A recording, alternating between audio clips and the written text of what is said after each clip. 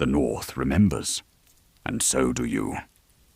For 10 years, we watched a girl become a ghost, a weapon, a legend, from the halls of Winterfell to the streets of Bravos, from the blood of the Red Wedding to the ice of the Long Night. Arya Stark didn't just survive the Game of Thrones. She rewrote the rules. This is her complete story. Every kill, every lesson, every name on her list. And the moment she chose mercy over murder, humanity over nothingness, and herself over everything they tried to make her. If you're ready to walk the dark roads with needle in hand, hit that subscribe button right now, and tell me in the comments, where are you watching from? The North, the South, or somewhere beyond the narrow sea? Let's begin. Chapter 1. The Wolf Child of Winterfell. The northern wind cut through Winterfell's stone corridors like the edge of a blade, carrying with it the biting cold that seemed to seep into bone and marrow. Arya Stark moved through the castle's winding passages with a quickness that made the servants pause and turn, her small frame barely making a sound against the worn stone floors. The keep was vast and ancient, built by those who had ruled the North for thousands of years. And she knew every hidden corner, every alcove, every place where sunlight struggled to find its way past the thick grey walls. In the courtyard below, she could hear the distant echo of sword against sword, the rhythmic dance of training that called to something wild within her chest. Her older sister Sansa was likely within the great hall at that very moment, stitched perfectly into a gown of crimson and white, practicing her needlework with the patience of someone content to sit still for hours. Arya felt a familiar flutter of restlessness at the mere thought of it. Needles and thread and embroidery, endless lessons about how a lady should sit, should speak, should simply exist as something delicate and ornamental within the walls of a castle. That was not meant for her. The courtyard opened before her like a relief, the grey morning light washing across the stone. Here, near the training grounds, the air tasted of iron and exertion, of the oils that kept blades sharp, and the particular musk of men who worked with their bodies rather than their needlework. Lord Stark's warriors moved between the wooden posts and practice dummies with the kind of focused precision that came from years of discipline. The sound of training swords sang through the air, a noise that made something in her pulse with quiet hunger. She spotted him then, Jon Snow, her half-brother, tall and lean with the dark hair of their father, standing at the edge of the training grounds, watching the older warriors with the kind of attention that suggested his mind was already calculating, already learning. He turned, and the smallest curve of a smile crossed his face when he saw her approach. Unlike the others in the castle, Jon had never made her feel small for wanting more than what tradition deemed appropriate for a girl.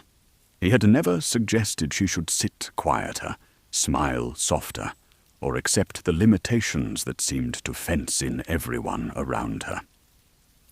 "Come," he said simply, turning to lead her away from the main grounds, toward the quieter training area, where fewer eyes lingered. His hands were already moving, already reaching beneath his cloak, and Arya's breath quickened. When he drew it out, she saw it at once. A sword.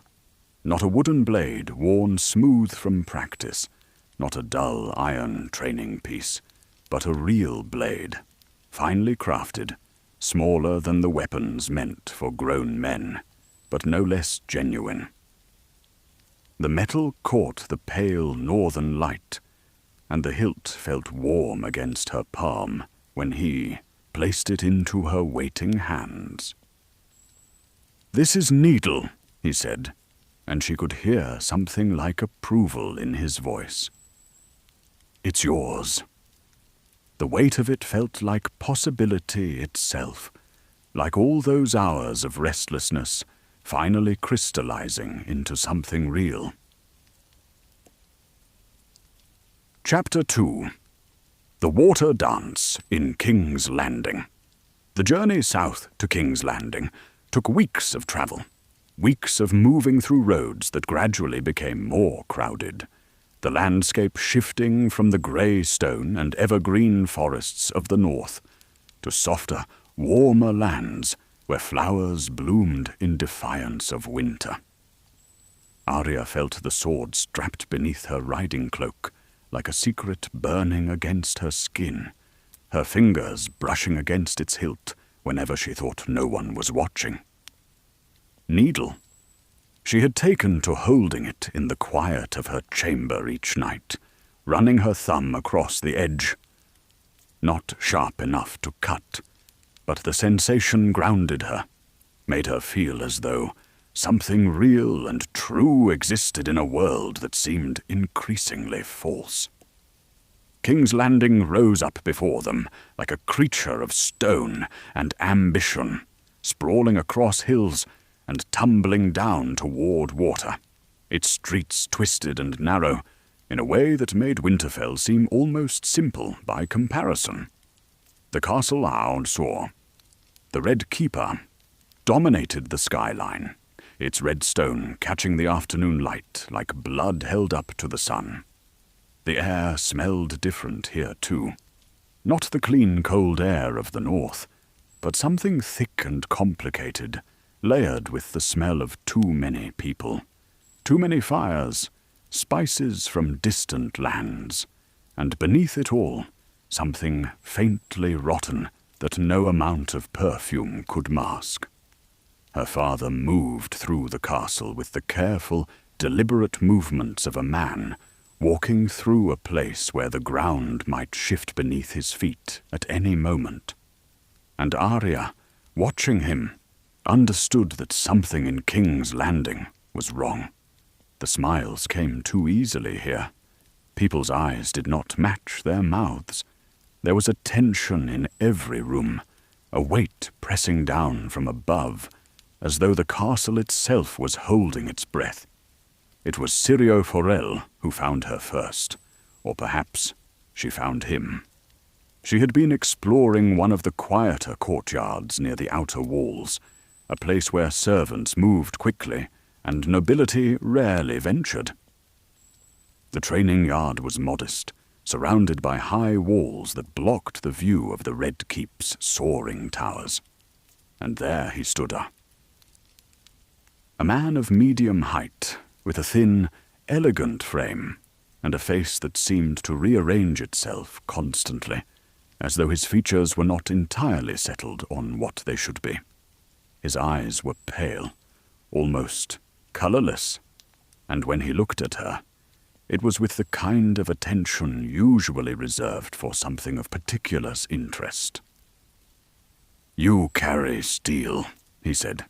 It was not a question. Arya's hand moved instinctively toward the hilt of Needle before she caught herself. The man smiled, and something in that smile suggested he had seen her hesitation, understood it, judged nothing about it. "I am called Syrio Forel," he continued, taking a slow step toward her. "First Sword of Braavos. And you are?" "Arya Stark," she replied, though something told her that names meant something different in this place, that giving her true name was perhaps an act of trust or foolishness.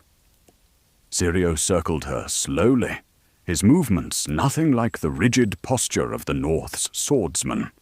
He moved like water might move if it had intention, if it could choose its path. "You have already learned some elements of the sword," he said.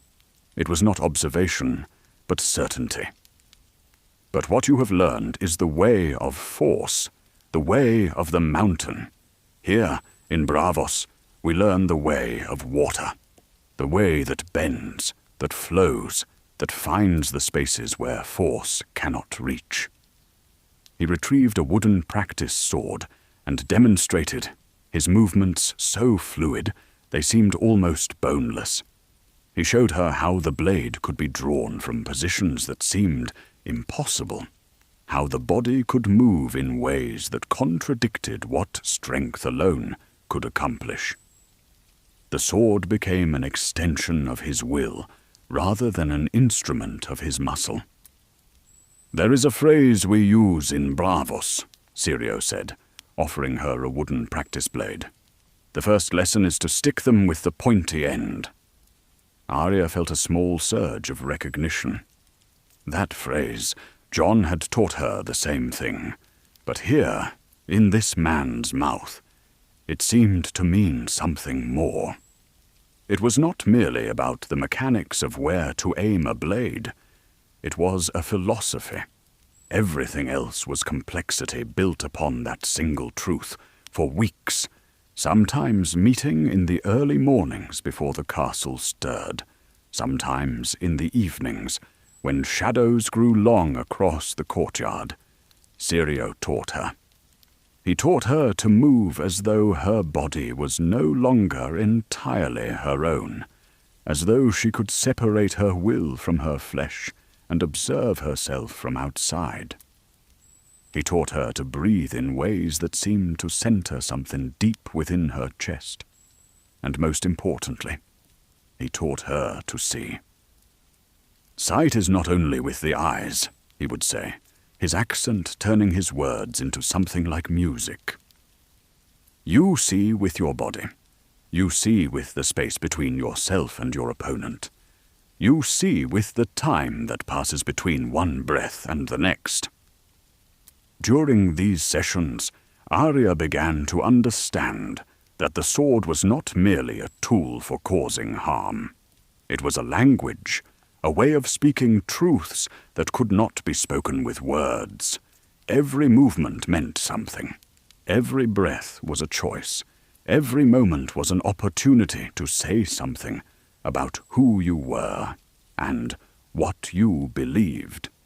But even as Syrio's lessons carved something new into her bones, something hard and precise, Arya felt the weight of the castle pressing down upon her.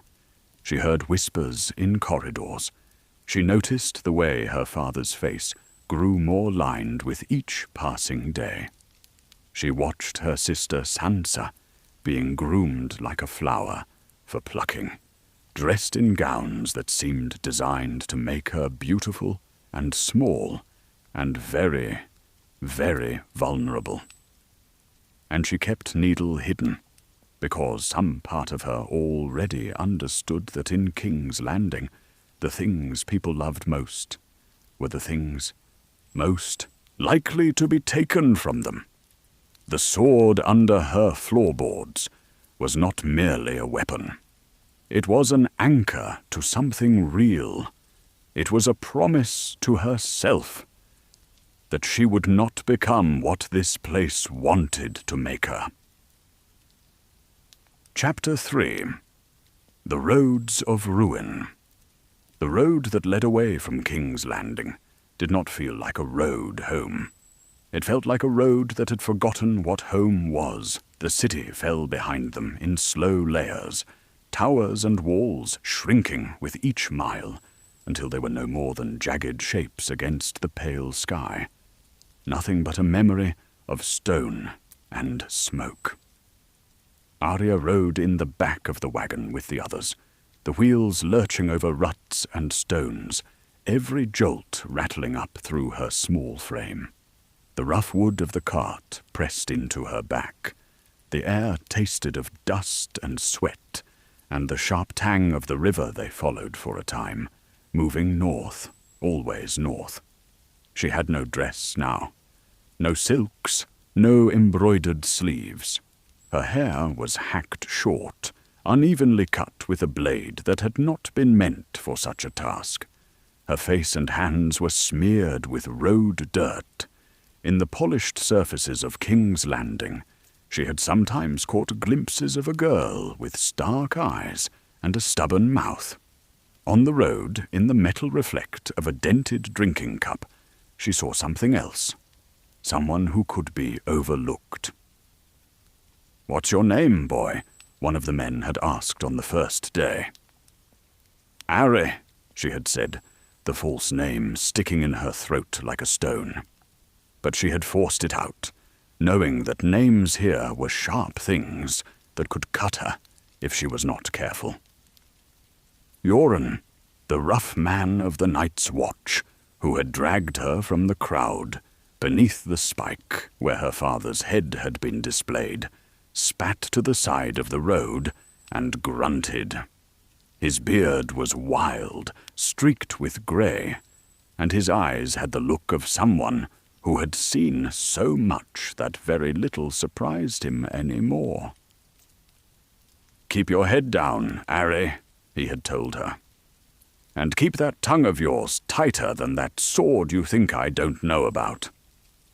He knew, of course.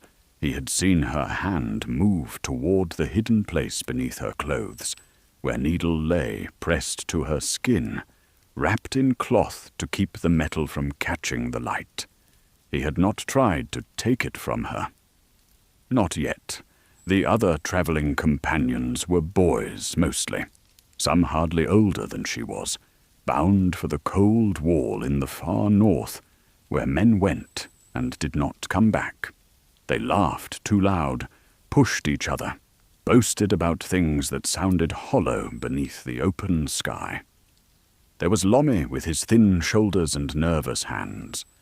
There was Hot Pie, whose round face and heavy frame made the others tease him, though his bread, when he could get flour and thyme, was the only thing that tasted of anything like comfort.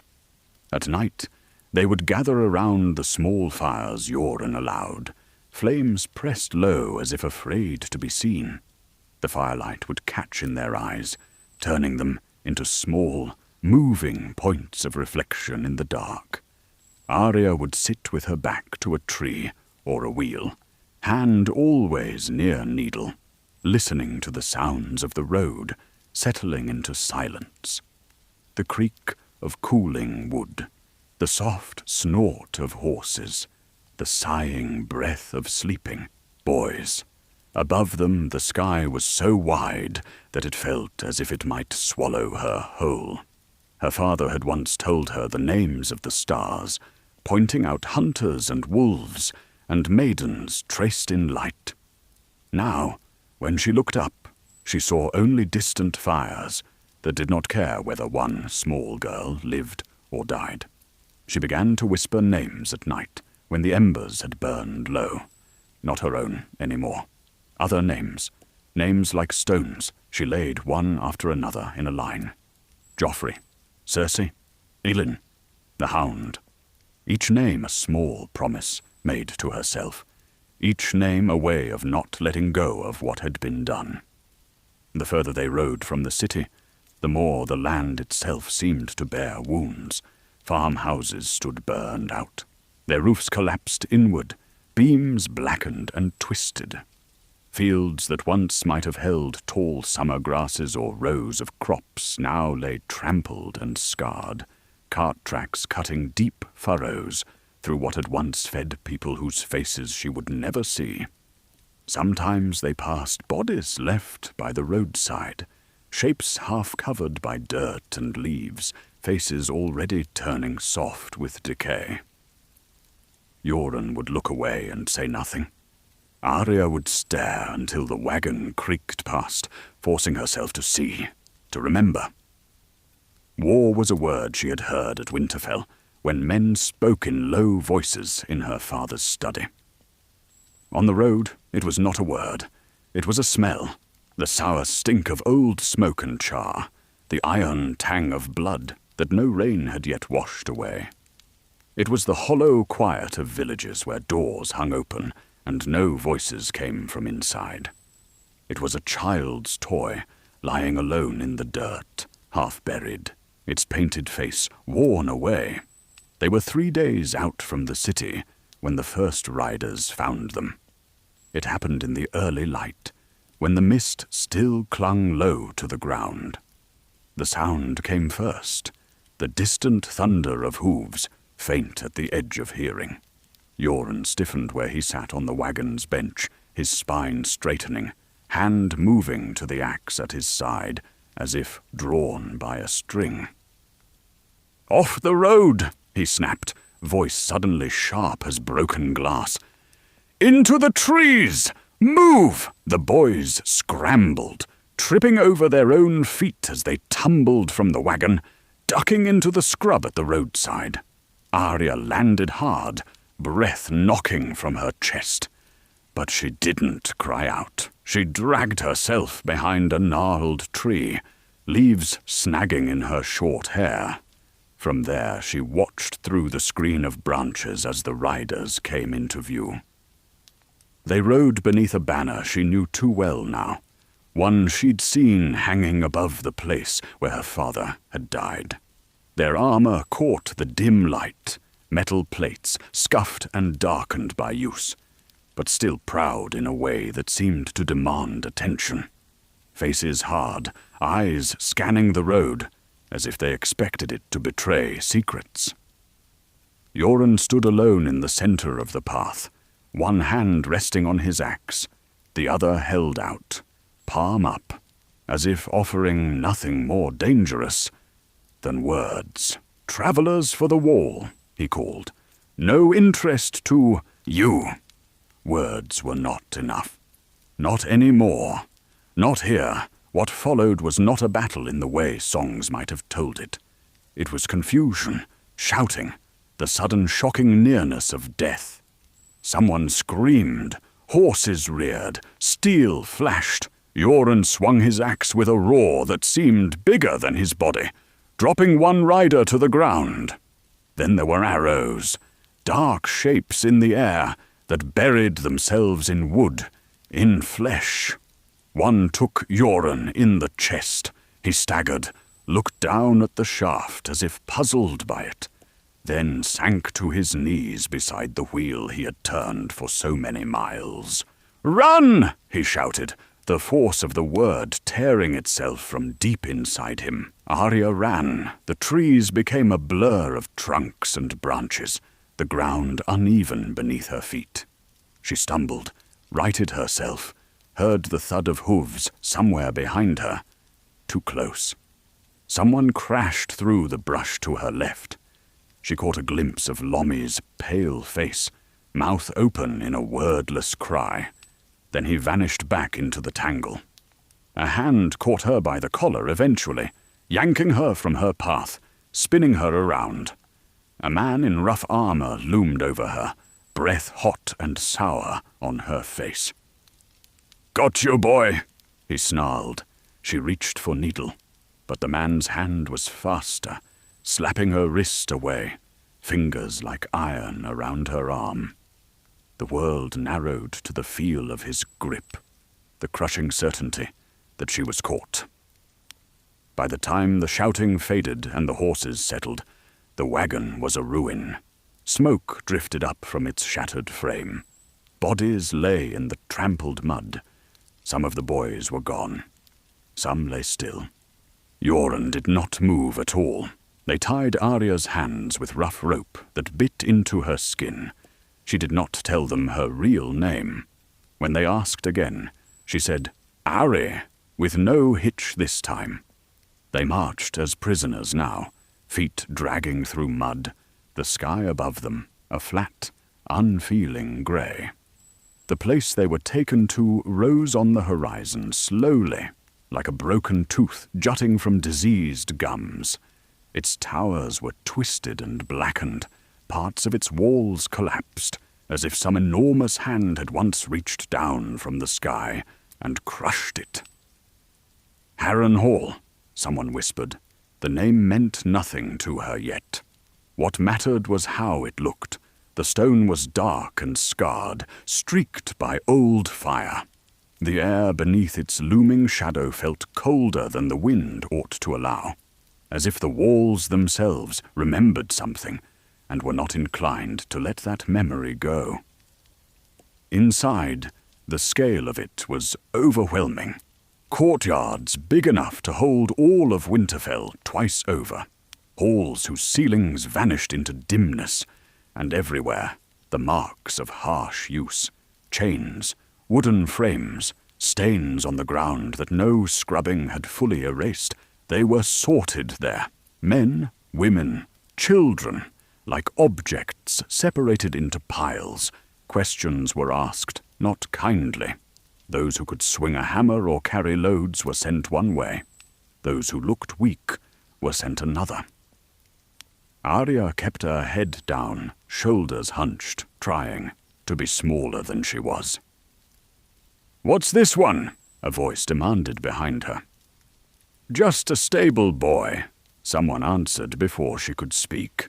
"Small but quick, good for running messages." The label stuck. Better a stable boy than something more interesting. Work filled the hours then. Carrying buckets so heavy the handles cut lines into her palms. Hauling water that never seemed to be enough to wash away the filth. Watching men in hard leather and steel walk past as if she were no more consequential than a shadow. And in the background, always, there were screams. They came from a particular corner of the great hall. From behind a door that few looked at directly. The man who went in most often was narrow and sharp, his face pinched around the eyes.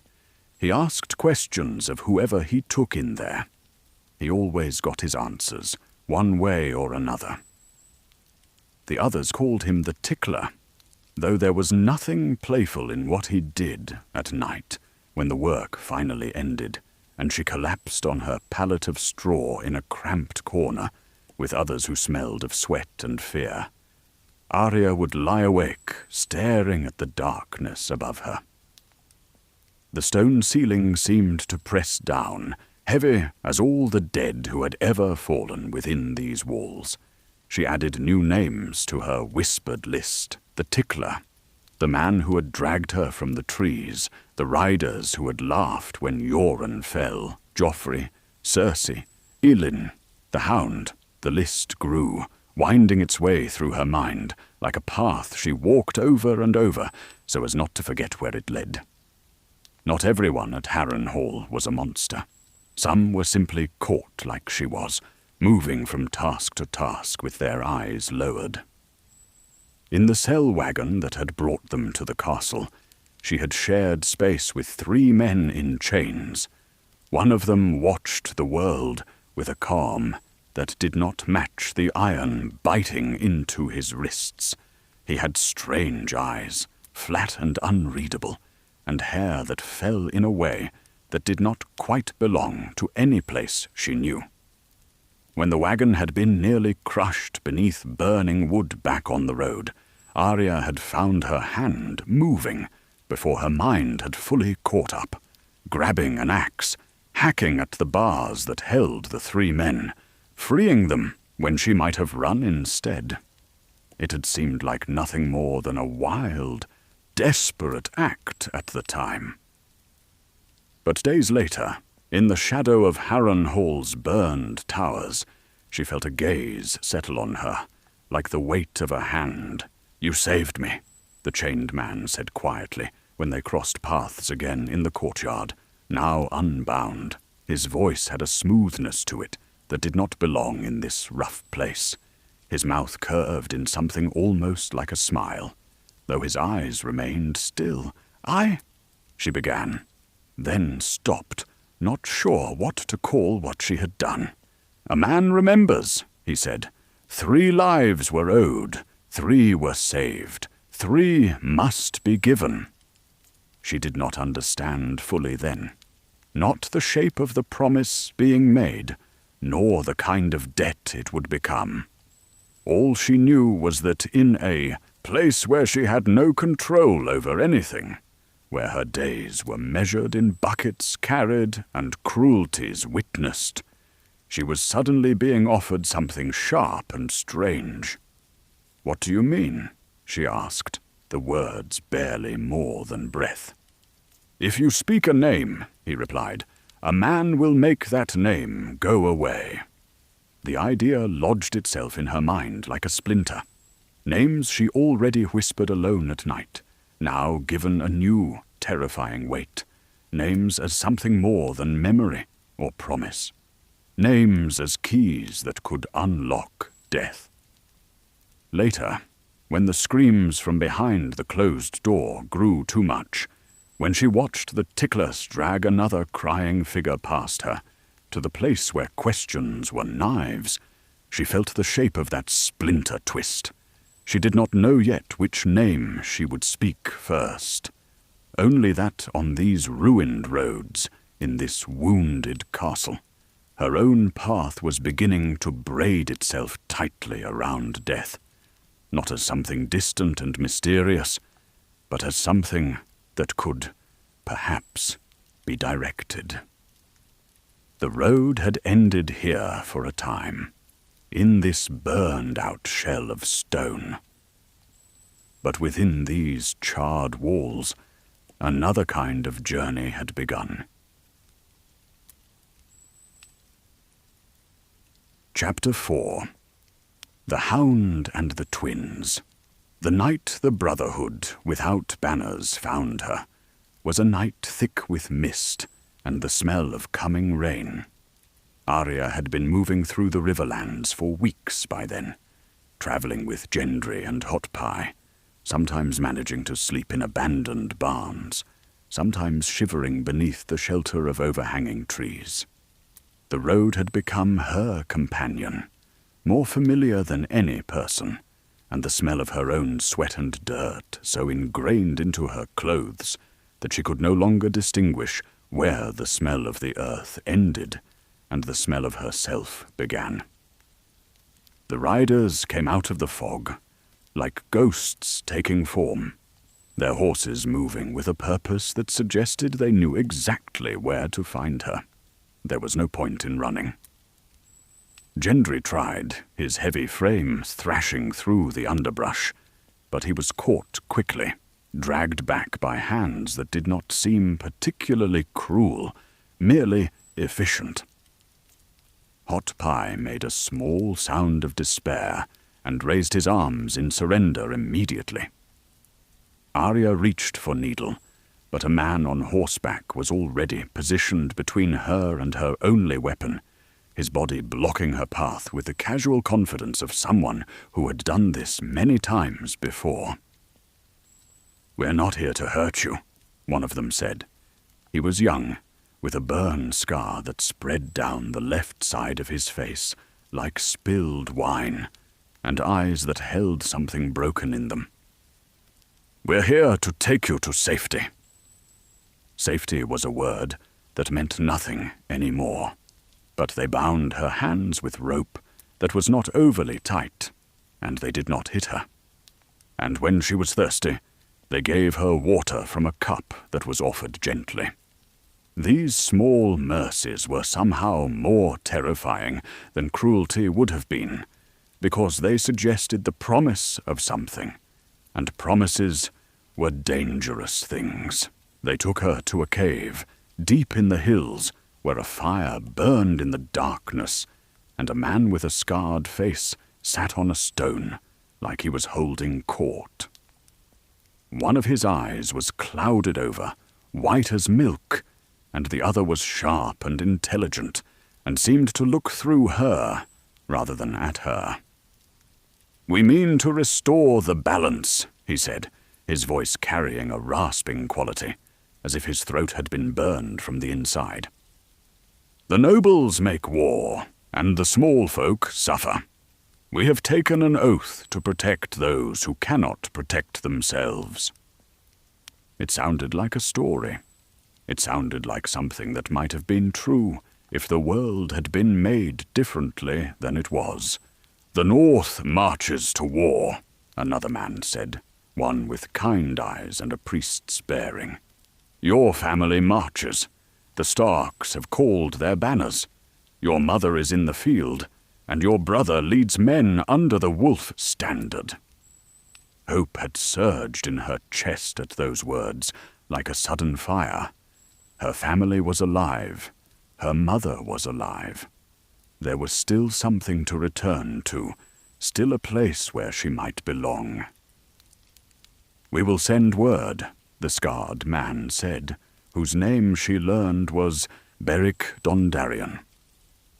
"We will arrange your safe passage to meet them. But there is a price. Everything in this world has a price."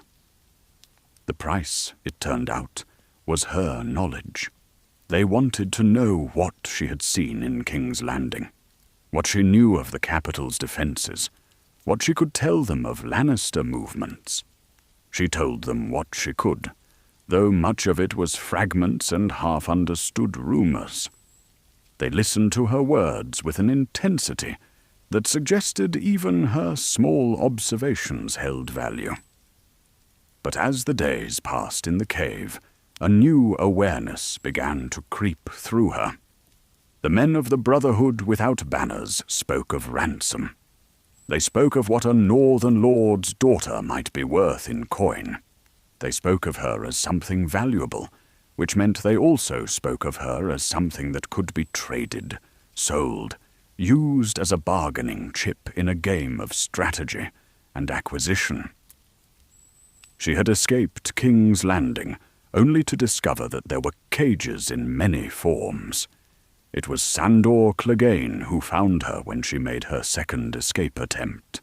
The Hound, they called him. A man whose face was a ruin of scars, whose reputation was built on a foundation of violence, and the kind of loyalty that came from being owned rather than chosen.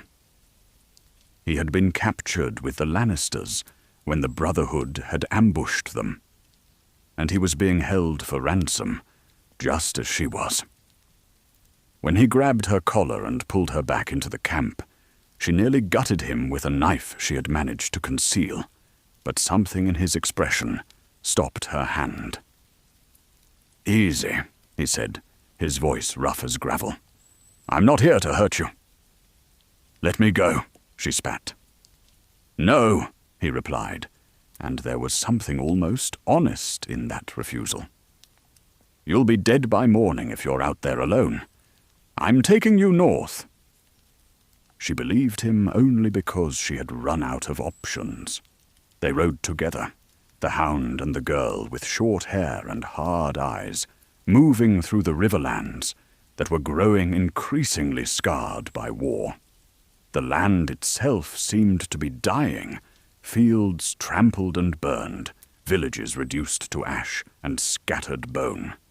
The smell of smoke became permanent, something that clung to your clothes and your hair and your throat. For weeks they travelled, and Arya began to understand that Sandor Clegane was not cruel in the way she had first believed. He was practical. He did not waste words or motion. He accepted the world as it was, brutal and unfair, without pretending it could be otherwise. There was something almost peaceful in that acceptance, a clarity that cut through all the noise of what ought to be and focused only on what was. "Your mother," he said one evening as they rode, "and your brother, the Starks of the North." "What?" She turned to look at him, her body going rigid. His face was grim, the scars white against darkened skin. "There's talk in every village we pass through, whispers about a wedding, about the King of the North taking his uncle's widow instead of honouring his vows to House Frey." Her heart was already beating faster. This was about her brother, about the war.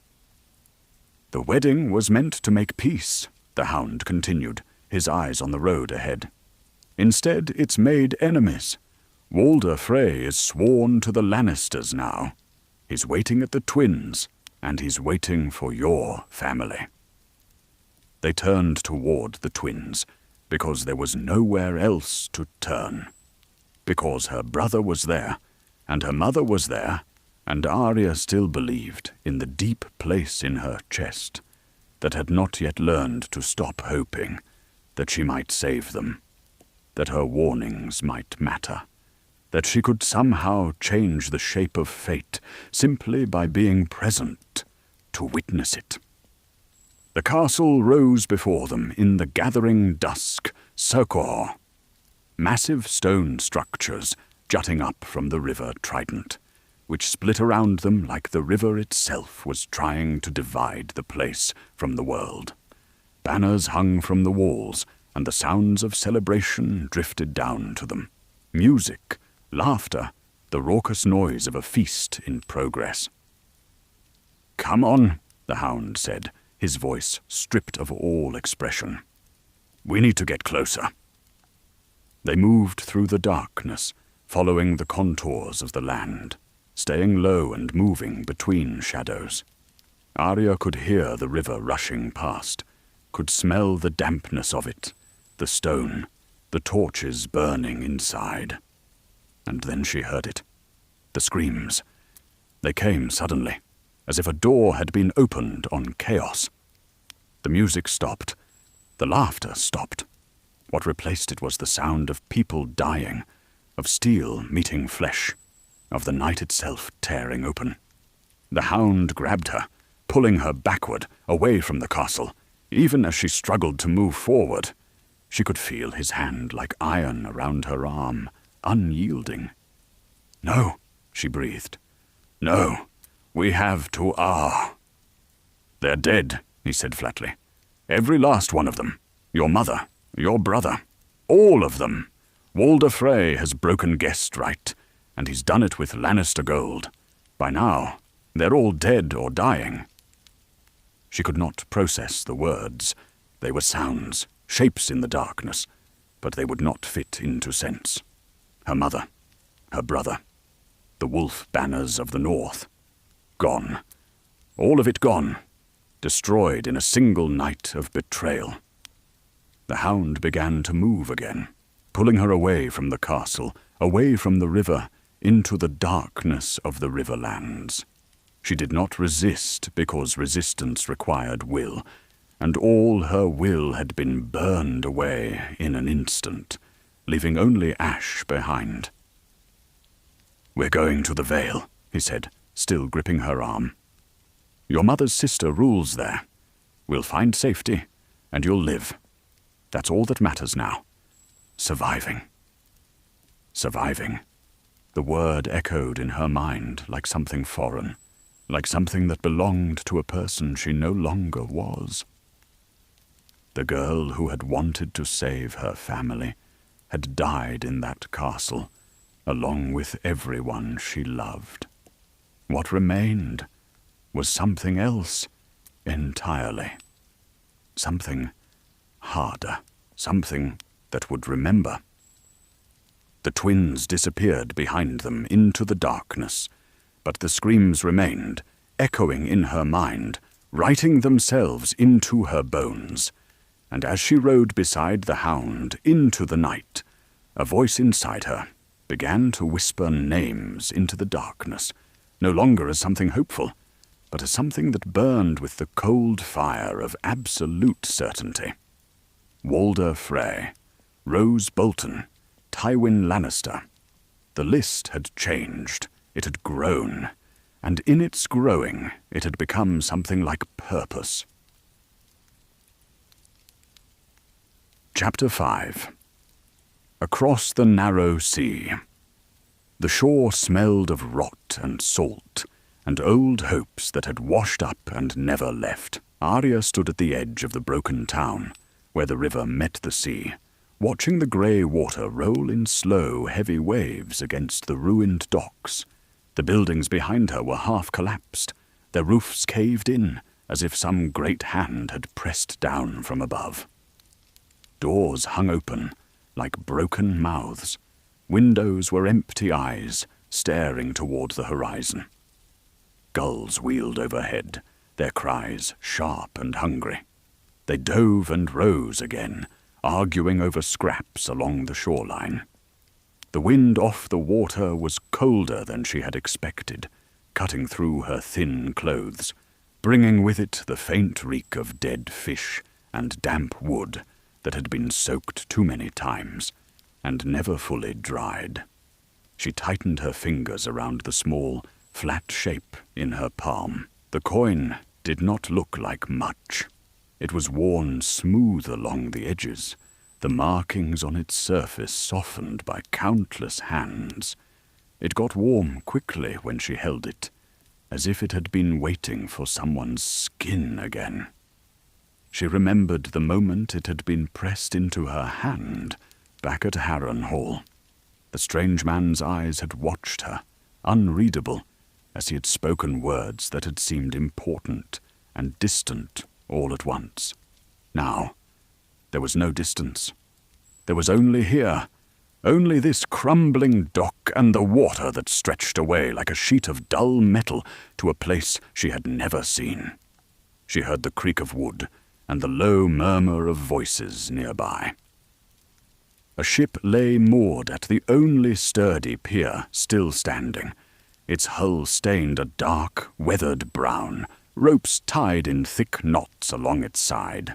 Men moved along its deck, bare arms roped with muscle, hands practiced in the art of loading and unloading cargo. Barrels rolled, crates thumped, all of it creating a steady rhythm beneath the crash of waves and bird cries. A man with a red scarf tied around his throat stood near the gangplank, a ledger in hand, his eyes flicking from ship to dock and back again, measuring everything. Watching him, Arya had the sudden sense that he knew exactly what every object in his sight was worth, and exactly how much more he could get for it if he waited. She approached him with the careful, deliberate steps of someone moving through a place where any misstep might draw unwanted attention. Her clothes were plain and road-worn. Her hair was still short. She could feel the dried salt on her skin from sleeping rough near the shore the last 2 nights. The man's gaze passed over her once, dismissive, then returned with a hint of irritation when she did not move away. "We're full," he said. His voice was not cruel, simply tired. "Try another ship, or wait for the next tide." "I'm going to the far city," Arya said. "The one of canals and stone faces. Your ship is bound there." His eyes narrowed just slightly at her choice of words. "We take paying passengers," he replied. "You don't look like you can pay." She did not argue. She simply opened her hand. The coin lay in her palm, like nothing at all. A small disk of dull metal, no different from hundreds of others in the world. But the man's expression changed the moment he saw it. The lines around his mouth tightened. The faint disinterest in his eyes vanished, replaced by something more alert, almost cautious.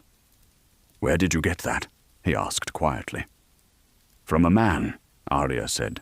Her fingers closed around the coin again. "In a cage, in a fire, in a ruined place of stone. He told me to show it to someone from your city. He said you would know what it means." The man with the red scarf glanced over his shoulder, as if checking whether anyone else was watching. Then he nodded once, short and sharp. "You'll have a cabin," he said. "No charge. You will not speak to the others unless spoken to. You will not show that again. Do you understand?" She understood enough. Silence had been her shield for a long time now. The gangplank flexed under her feet as she walked up onto the ship. The boards shifted slightly, giving her a small, unsettling reminder that she was stepping onto something that floated rather than stood upon the earth. The smell here was stronger, tar and rope, and the sharpness of salt dried into layers on every surface. Somewhere below, she could hear the water slapping against the hull, a constant, patient sound. As the ship cast off and the dock began to drift slowly away, Arya stood at the rail and watched the land recede. The ruined town grew smaller. The broken roofs and split beams blurred into shapes that meant nothing. Beyond it, faint in the distance, lay all the roads she had travelled, the riverlands with their blackened fields, the stone jaws of Harrenhal, the forest paths where the Hound had led her away from the twins. Somewhere far beyond that, unseen, lay Winterfell, though whether it still stood she did not know. She had been running toward home for so long that it felt strange now to be moving away from it, the ship turning its face toward a different world entirely. The water rolled beneath them, lifting and dropping the deck in a slow, steady way that made her stomach lurch until her body accepted the new rhythm. Days on the water ran together. There was no clear road to follow, no trees or stones to mark distance, only the unending grey surface, sometimes calm as polished stone, sometimes heaving under the lash of wind. The sky changed more than the sea did, pale at dawn, hard blue at midday when the sun burned overhead, streaked with orange and red in the evenings, when the light sank and the air grew sharp again. She learned the sounds of the ship, the creak of ropes under strain, the dull thud of bare feet on wood, the occasional shouted command that carried the weight of habit. Men moved around her with the easy balance of those who knew how to walk on something that never stopped shifting. Their faces were burned dark by sun and wind, their hands hard from work. They spoke of currents and storms and safe harbors with the same casual intimacy that farmers once used when speaking of weather and fields. Arya kept to the narrow space that had been given to her below deck most of the time. A small cabin with a low ceiling and a single round opening in the wall where she could see a slice of the sea slide by. The straw mattress smelled of old salt and damp, but it was a place where she could lie down without someone ordering her to move, and that was something. At night, when the ship groaned and shifted, and the world outside was nothing but dark, she lay awake and felt the movement of the water below, the unfamiliar give of the floor beneath her. Distantly, she could hear men laughing, a snatch of song, the rasp of someone sharpening a blade. The sounds were different from those she had grown used to on land, but the feeling beneath them was the same. Everyone clinging to their own small routines to keep the vastness outside from swallowing them. She took out the coin only once during the crossing, holding it in the dim light that filtered down from above. With her thumb, she traced its worn surface, feeling the grooves of markings that no longer meant letters or symbols to her, only the memory of a promise. "A man remembers," he had said. 3 lives were owed. 3 must be given. She wondered where he was now, whether he was anywhere at all that she might reach again, or whether he had already become one more face in a place where faces were nothing more than masks. The sight of the far city came not with fanfare, but as a slow growing of shape out of mist. At first, it was just a darker line along the horizon, where sea and sky no longer quite met. Then towers began to rise from that line, distant and impossible, like fingers reaching up from the water itself. The ship drew closer, and details emerged, stone arches, bridges, slender walkways suspended above the channels that cut the city into pieces and stitched it together again. Guarding the entrance to the harbor stood a giant of carved stone, its features worn by wind and rain, but still immense, still watching. Water crashed around its legs, sending up plumes of white spray that glowed where the light caught them. The ship passed beneath its shadow, and Arya felt the air change, cooler and heavier somehow, as if the city itself were exhaling around her. Boats moved between the piers in narrow lanes, guided by hands that knew every twist of the water. Buildings crowded the canals, their foundations sunk directly into the green-grey depths, doors opening directly onto steps that fell into the water like drowned stairways. Voices in languages she did not recognize drifted past, mingling with the slap of oars and the creak of mooring lines. She disembarked with the others, though none of them came near her. The man with the red scarf pointed down a long, shadowed street where the air felt cooler. "Follow that way," he said. "You'll find what you're looking for." "I didn't tell you what I'm looking for," Arya replied. "You didn't have to," he said. His eyes flicked once to the pocket where the coin lay. "Not with that." She walked, the city closed around her quickly, its streets narrow and winding, flanked by high walls that shut out much of the sky. A faint dampness seemed to cling to every stone, as if the sea crept up through the very ground. Lanterns hung from overhanging beams, their glass winking with captured flame. The smell of cooking fish and strange spices mingled with that ever-present tang of brine. People passed her without much interest. A woman with a basket of bright fruit balanced on her head, a boy running with a bundle of cloth under his arm, an old man sweeping water from his doorstep with slow, patient strokes. No one stopped her. No one asked her name. For the first time in a long time, she was not important enough to be a prize. She was just another moving shape in a city full of them. The building, when she reached it, did not announce itself. It stood at the edge of a quiet square, where the stone underfoot was worn smooth by countless feet. Its walls were plain, neither tall nor short, built of a dark stone that seemed to drink in the light around it. There were no banners above its door, no carvings to tell a passerby what lay within. Only a pair of heavy doors, closed and still, set in an archway that looked more like a mouth than a simple entrance. Arya stood before it and felt her skin prickle.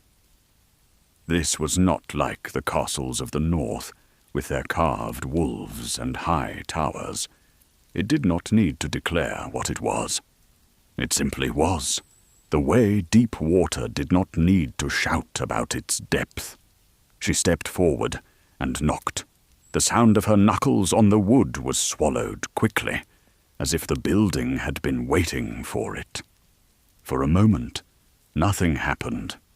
Then one of the doors opened just enough to reveal a sliver of shadow within, and an old man's face, lined and expressionless, eyes the same dark shade as the stone walls. "There is nothing for you here," he said, in the common tongue, but with an edge of another language shaping the sounds.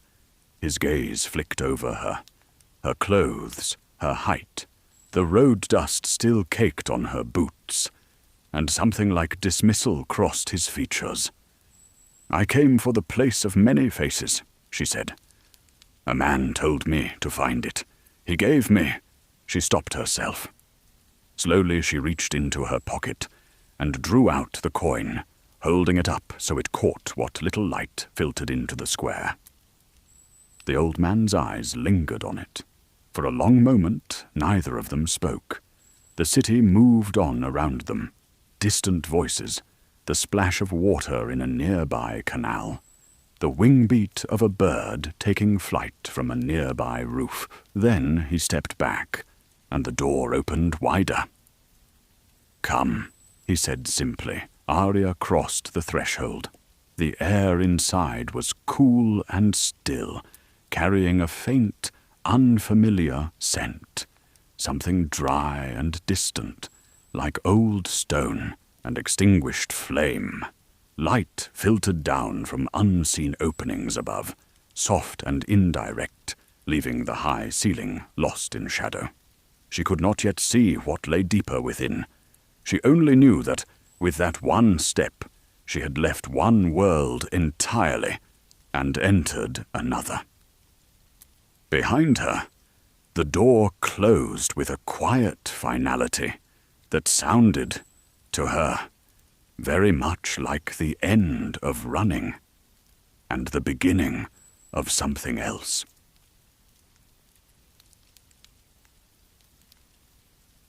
Chapter 6. The House of Black and White, Part 1.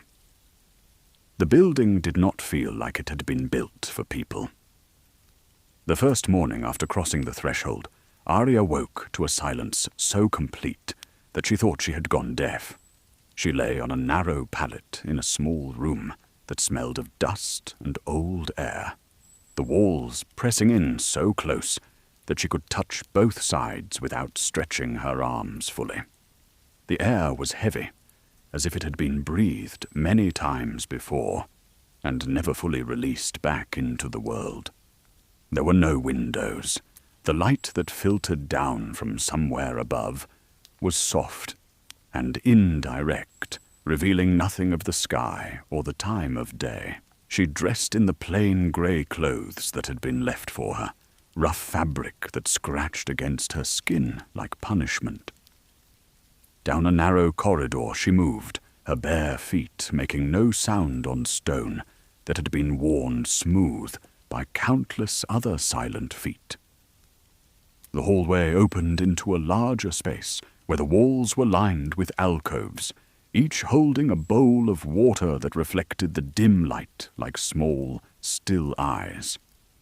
Other people moved through the space, men and women alike, all dressed in the same grey, all moving with the same deliberate quiet.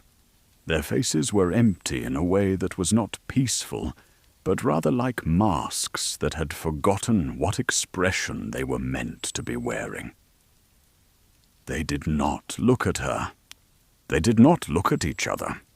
They seemed to be looking at nothing, or perhaps at something that existed only in the space between what could be seen and what could not. The old man was waiting in a room that smelled of smoke that had burned out long ago.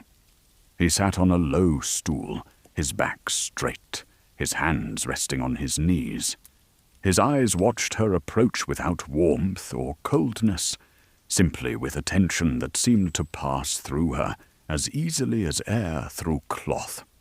"You came here," he said. It was not a question, but she answered anyway. "Yes." "Why?" "Because someone told me to come." "Who told you?" She hesitated, uncertain whether names were still allowed here. But the man seemed to be waiting, his gaze unwavering, so she offered the only one she had. "A man in a cage, in a fire. He said if I came here, I would learn." "Learn what?" The question hung between them. She could feel others in the building, moving through other rooms, their presence known only by the faint disturbance of air, the occasional soft scrape of cloth against stone. "To become someone else," she said finally.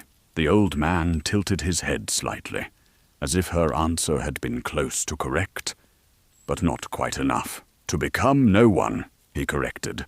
"That is the path. Not someone else. Anyone can be someone else.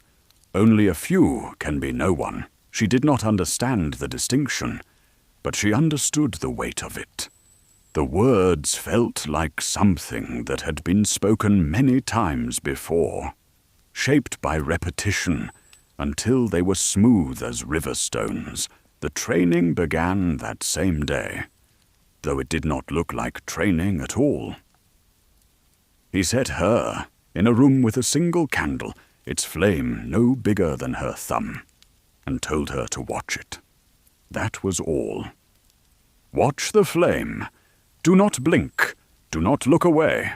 Do nothing but watch. She sat cross-legged on the cold floor, her eyes fixed on the small point of light. At first it seemed simple. The flame moved, dancing in invisible currents, throwing shadows that stretched and contracted across the walls. She watched it until her eyes began to water, until the flame seemed to double and triple, until the darkness around it grew deeper and more absolute. Time became slippery. Without windows, without changes in light, there was only the flame and the dark and the sound of her own breathing, which seemed to grow louder the longer she listened to it. Her legs ached from the stone beneath them. Her back grew stiff. But still he did not return, and the instruction had been clear. Watch when he finally did return, his footsteps so soft she did not hear them. Until he was already in the room, he asked only one question. "Who are you?" "Arya Stark," she said automatically. The slap came without warning, sharp and stinging across her cheek. It was not a blow meant to injure, but it landed with enough force to turn her head, to make her eyes water for a different reason. "No," he said calmly. "Who are you?" She stared at him, her hand rising to her face, feeling the heat spreading across her skin. "Arry," she tried. Another slap, this one on the other cheek, equally precise. "No." "Beth," she whispered, the name she had used in the streets. The third slap was harder, this one making her ears ring. "You are no one," he said. The words were not angry. They were simply stated, as if he were telling her that the floor was stone, or that the candle burned. "Say it." "I am no one," she said, tasting the words like something strange. He nodded, satisfied for now, and left her alone again in the darkness with the flame. Days became a rhythm of this. They did not feed her much. Small bowls of thin soup, flat bread that tasted of nothing, water that had been boiled and cooled until it was flat and lifeless. She slept when she was told to sleep, woke when she was told to wake, moved through the silent halls with the other grey figures, who never spoke and never looked at her. The waif appeared on what might have been the 5th day, though she had lost count. The waif was a girl, or perhaps a young woman. It was impossible to tell. She was thin to the point of looking like a collection of sticks held together by skin. Her face was pale, her eyes large and dark, and completely empty of anything that might be called feeling. She moved with a grace that suggested she had been doing this her whole life. "You are the new one," the waif said. Her voice was soft, barely there, like wind through dry leaves.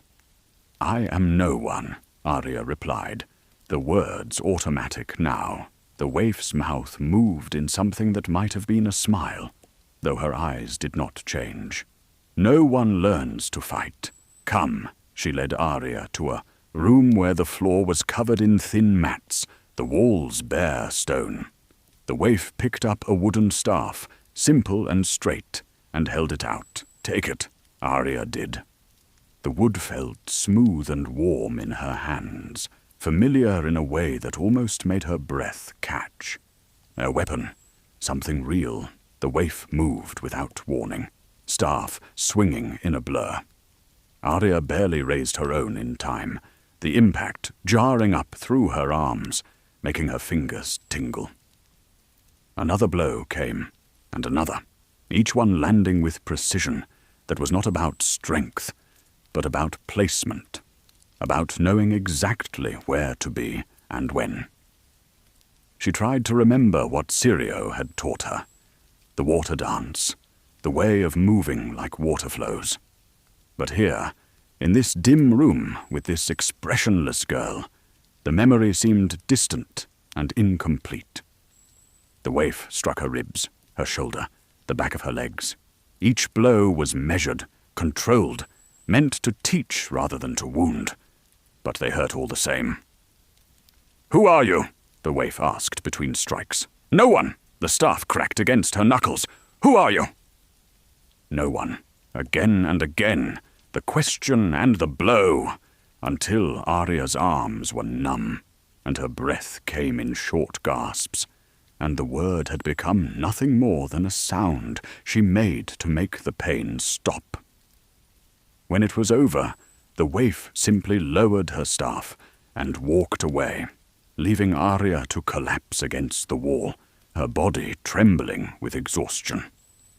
The old man brought her the cup on the morning that might have been the 10th day. It was small, made of plain clay, filled with a liquid that smelled of nothing, that looked like water but somehow was not. "Drink," he said. She did. The liquid was cool and thick, coating her tongue and throat. It left a faint aftertaste that reminded her of something she could not name, something from a long time ago. Within the hour, her vision began to blur, not like tears, but like looking through water that had been stirred. The edges of objects softened, colors ran together. She blinked rapidly, trying to clear her sight, but each blink made the world less distinct, more dreamlike. "Focus on the sounds," the old man said from somewhere near her. His voice seemed to come from everywhere and nowhere. "The air moves, people breathe, water drips, listen." Panic rose in her chest. She reached out, her hands finding stone. Then nothing, then stone again. The world had become a place of shapes without definition, of movement without form. "Who are you?" he asked, his voice close to her ear. She opened her mouth to speak, but the words caught. She was not sure any more. Arya Stark seemed like a story someone had told her once, about a girl who lived in a castle far away. Ari and Beth and all the other names were masks she had worn and discarded. No one was what she was supposed to be, but even that felt hollow now. A word without weight. The slap came, but she did not see it coming. She only felt the sting, the brief, bright pain that cut through the fog of her failing sight. "Who are you?" She could not answer. She did not know. "Good," the old man said, and she could hear something in his voice that might have been satisfaction. "Now you begin to understand. The blindness was not complete at first. Light and shadow remained, vague shapes that moved like ghosts. But as the days passed, as she continued to drink the draught each morning, the world faded to grey, then to black, until there was nothing but sound and touch and smell and the constant, unending question, 'Who are you?' Sometimes it was the old man who asked, sometimes the waif, sometimes voices she did not recognize, coming from different directions, making it impossible to know how many people surrounded her, or where they were, or whether they were even real. She learned to listen. She learned it the way a drowning person learns to swim. Out of necessity, without joy, driven by the simple need to survive. The sound of footsteps on stone told her whether someone approached from ahead or behind, whether they were in a hurry or moving slowly. The way air shifted warned her of open doorways. The smell of oil and flame meant a torch was near. The faint, sour scent of the old man's breath meant he was close enough to ask the question again. "Who are you?" Sometimes she answered with the name of someone else she had known. A stable boy from Winterfell, a serving girl from King's Landing, a prisoner from Harrenhal. Each wrong answer earned her a slap or a strike from the waif's staff, or simply silence that stretched until she felt she might break from the pressure of it. Her dreams changed. Without sight, her sleeping mind became more vivid. She dreamed of the north, of the cold air that tasted of pine and clean stone. She dreamed of Needle, the weight of it in her hand so real she could almost feel the leather grip. She dreamed of her family, not as they had been at the end, but as they had been before, when the world had still made sense. And sometimes, in the deepest part of the night, she dreamed she was running across a field, 4 legs moving beneath her, the wind in her fur, the scent of game and earth and blood filling her senses. She dreamed of teeth and claws, and the simple, pure joy of the hunt. She dreamed of being something that knew exactly what it was, with no questions, no doubt, no need to become anything other than what it already was. When she woke from those dreams, the question felt even more impossible. "Who are you?" She had no answer that would satisfy them. She had no answer that satisfied herself. The training continued. They led her through the streets of the city blind, forcing her to navigate by sound and smell and touch. She learned to beg for coins she could not see, to read the truth in a voice by its tremor, to tell a lie from truth by the way breath caught in a throat. She learned that the world was made of layers, and that the visible layer was perhaps the least important. One day, as she sat in the courtyard of the temple, feeling the sun on her face that she could not see, the old man spoke from somewhere to her left. "You think you are learning to be blind," he said. "You are learning to see." She did not understand. She was tired of not understanding. "Speak your true name," he commanded. The words rose in her throat, automatic, desperate to please, to make the questions stop. But something held them there, caught between wanting and knowing. "I am no one," she whispered. The silence that followed was worse than any slap. "No," he said, his voice very close. "You are still someone. You are still Arya Stark. And until you are truly no one, you will remain blind." The slap came, sharp and clean across her face. "Who are you?" This time she did not speak. She let the silence stretch between them, as endless as the darkness she had come to inhabit. "Better," the old man said, and she could hear the faintest trace of approval. "But not enough. Not yet."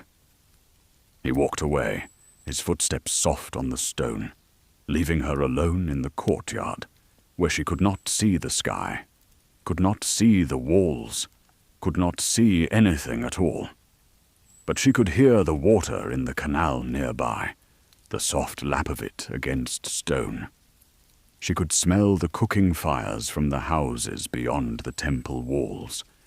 She could feel the sun's warmth on her face, and the cool stone beneath her, and the weight of the coin she still carried in her pocket, pressed against her leg like a small, warm reminder.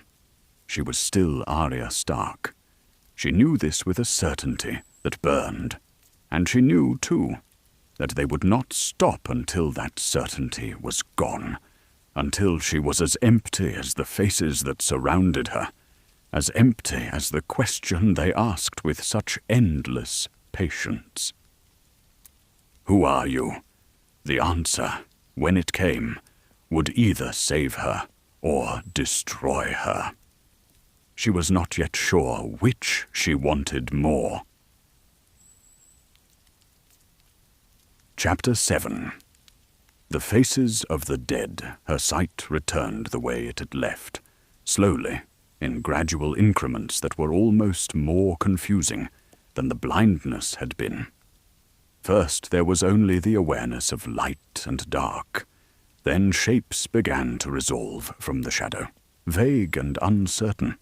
Finally, details emerged, the worn fabric of her own clothes, the smooth stone beneath her, the fingers of her own hand, turning over and over in her lap, as if they belonged to someone else. The first person she saw was the old man. He stood in the doorway of the hall, his figure slowly gaining solidity and form as her eyes learned to work again.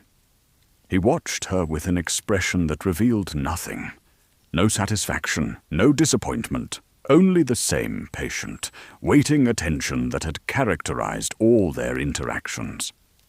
"You can see again," he said. "It was not a question." "Yes," she replied. Her voice came out rough, as if she had not used it in a long time. Perhaps she had not.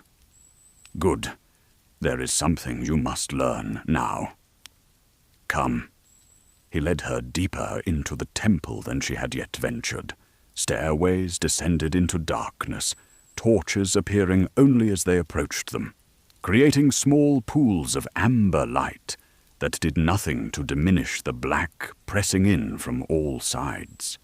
The air grew cooler as they descended, carrying with it a smell that she could not immediately name.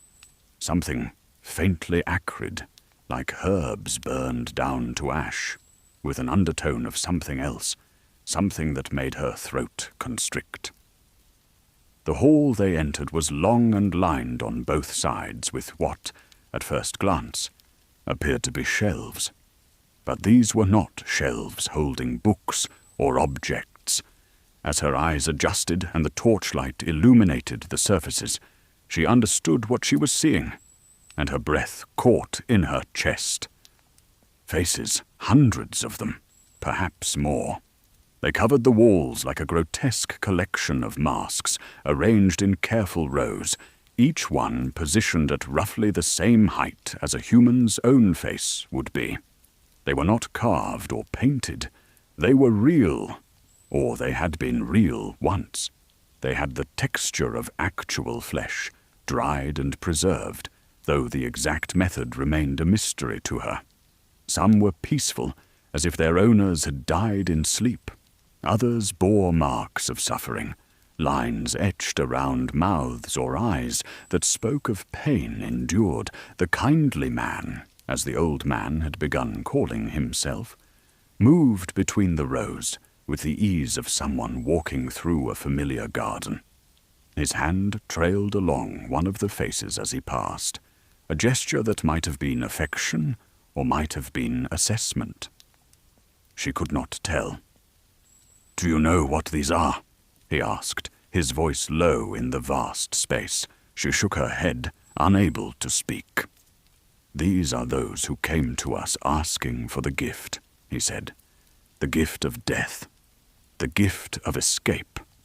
Some came because they could no longer bear to carry their own faces, their own names, their own histories. Others came because the weight of themselves had become too much to endure." He stopped before one particular face, older than most of the others, the features sunken with age. This man was a king in his own country. He came to us seeking anonymity, seeking to shed the burden of his throne. A man does not judge. A man merely provides the gift that is asked for. Another face, younger, with delicate features that suggested youth taken too early.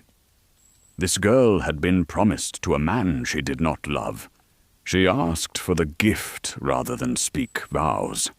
We provided it, the kindly man continued down the row, and with each face he paused before, he offered a story. Stories of suffering, of desperate choices, of people who had become so separate from themselves that they asked for death as one might ask for a glass of water.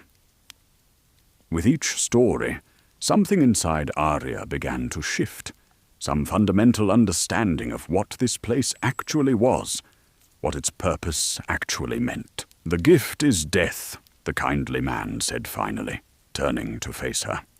"But before death comes in its final form, death must first teach them all its variations. Each of these faces represents a life that ended when a person asked for it to end. But before that ending, many were given the opportunity to become something else entirely." He gestured to a particular section of the wall where the faces were less weathered, less ancient. "These are recent. These are those who came to us in the last season. Some were wealthy, some were slaves, some were warriors, some were mothers. Before they received the gift, they taught us their faces. They taught us who they were so completely that we might wear them, move in them, speak with their voice. In doing so, they gave their lives a final purpose. Arya found herself moving forward before she fully understood what she was doing. She stopped before one face in particular, a woman of perhaps 40, with a stern expression and sharp features. The skin was dark, the hair greyed. There was something about the set of the mouth that suggested dignity, even in death. "This one," she said, though she did not know how she knew it. "She was a merchant, wasn't she? How do you know this?" the kindly man asked, and for the first time she heard something like surprise in his voice. "I can see it," Arya said, "in how the face holds itself. There's power there. Someone who was used to being obeyed. Someone who made decisions that mattered." The old man was quiet for a long moment. Then he moved closer, studying her with an intensity that made her skin prickle. "You have learned to see," he said. "Truly see. This is the gift the blindness gave you. You see not just the flesh, but the person who wore it." "Very good." He took her hand and placed it against the face of the dead merchant woman. The skin was cool and dry, preserved in some way that she did not understand. It was not unpleasant to touch. It was simply other, foreign, like resting your hand on something that had once been alive, but was no longer. "When you wear this face," he said, "you do not simply change your appearance. You must become the person this face belonged to. You must know her movements, her speech patterns, her ways of thinking. You must inhabit her so completely that no one who knew her in life would notice any difference. A man becomes the mask he wears. The mask is not decoration. The mask is truth." Days followed, and with them came a training unlike anything she had yet experienced. The kindly man brought her into a smaller room where a single face rested on a stone table.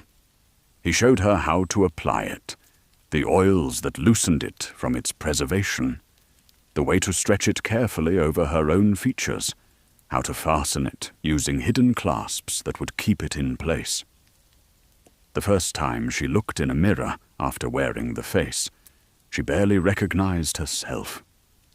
The woman who stared back was a stranger, but more unsettling was the way her body seemed to shift to match the face. Her posture straightened, her shoulders drew back, her gait, when she practiced walking, became surer, more decisive. It was as if the face was not merely a disguise, but an actual transfer of something essential. "The face becomes you for a time," the kindly man explained. "And in becoming the face, you become capable of doing things you could not do as yourself. You have access that your own appearance would deny. You have credibility because the face you wear has lived those credentials." Then came the moment that everything shifted. A visitor arrived at the temple on a night that felt no different from any other night. But something in the way the kindly man greeted them, in the peculiar tension that ran through the other residents, suggested that this visitor was different, important. He was a man of perhaps 60, with a comfortable belly and soft hands that had never known hard labor. His face was the kind that people forgot immediately after seeing it. Pleasant, but unremarkable. He wore fine clothes and the bearing of someone accustomed to having his decisions obeyed. "This one is ready?" he asked, gesturing toward Arya. "Nearly," the kindly man replied. "She has learned to see. She has learned to read the true face beneath the false face, She understands the philosophy of becoming no one. What remains is the test of purpose." The man nodded slowly. "The merchant in the docks. He took money that was not his. He took from the families who depend on fair trade. He dies tonight, or not at all. That is his choice, technically speaking. But his death will be arranged either way. The question is whether you will be the instrument of his death, and whether you will do it without judgment, without hesitation, without the poison of mercy." The kindly man looked at her. In his eyes was something that might have been compassion, though she had learned not to trust anything that appeared on the surface. "Who are you?" he asked softly. For a moment, the old answer rose in her throat. "Arya Stark." But she caught it, held it back, recognizing the trap. "I am no one," she said instead. "Then you are ready," he said.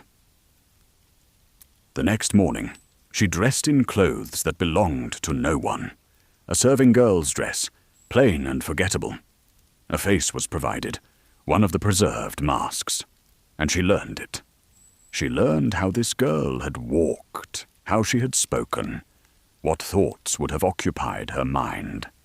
She learned until there was no difference between the mask and something that might have been real. That night, she went to a merchant house in the docks. She carried messages for the merchant, delivered wine into his hands, watched as he drank deeply, and complained of a bitter aftertaste. She had poisoned it with something thin and clear, something that would not show, something that would make his heart fail in the night when he slept. His death would look natural. No one would suspect.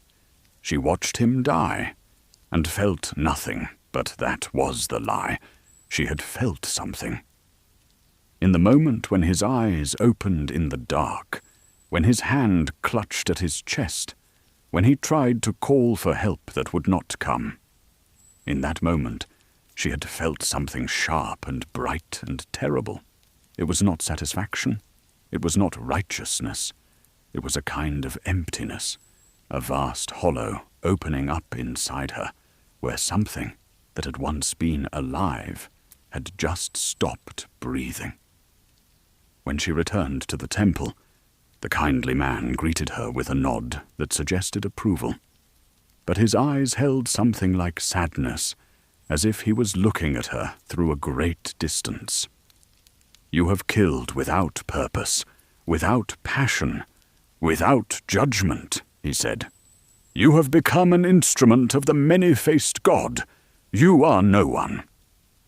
But in the darkness of her small room that night, Arya Stark lay awake and felt the weight of the name she had killed carry itself across the space between breaths. The merchant had been real. His death had been real, and no amount of philosophy could make that real thing become nothing.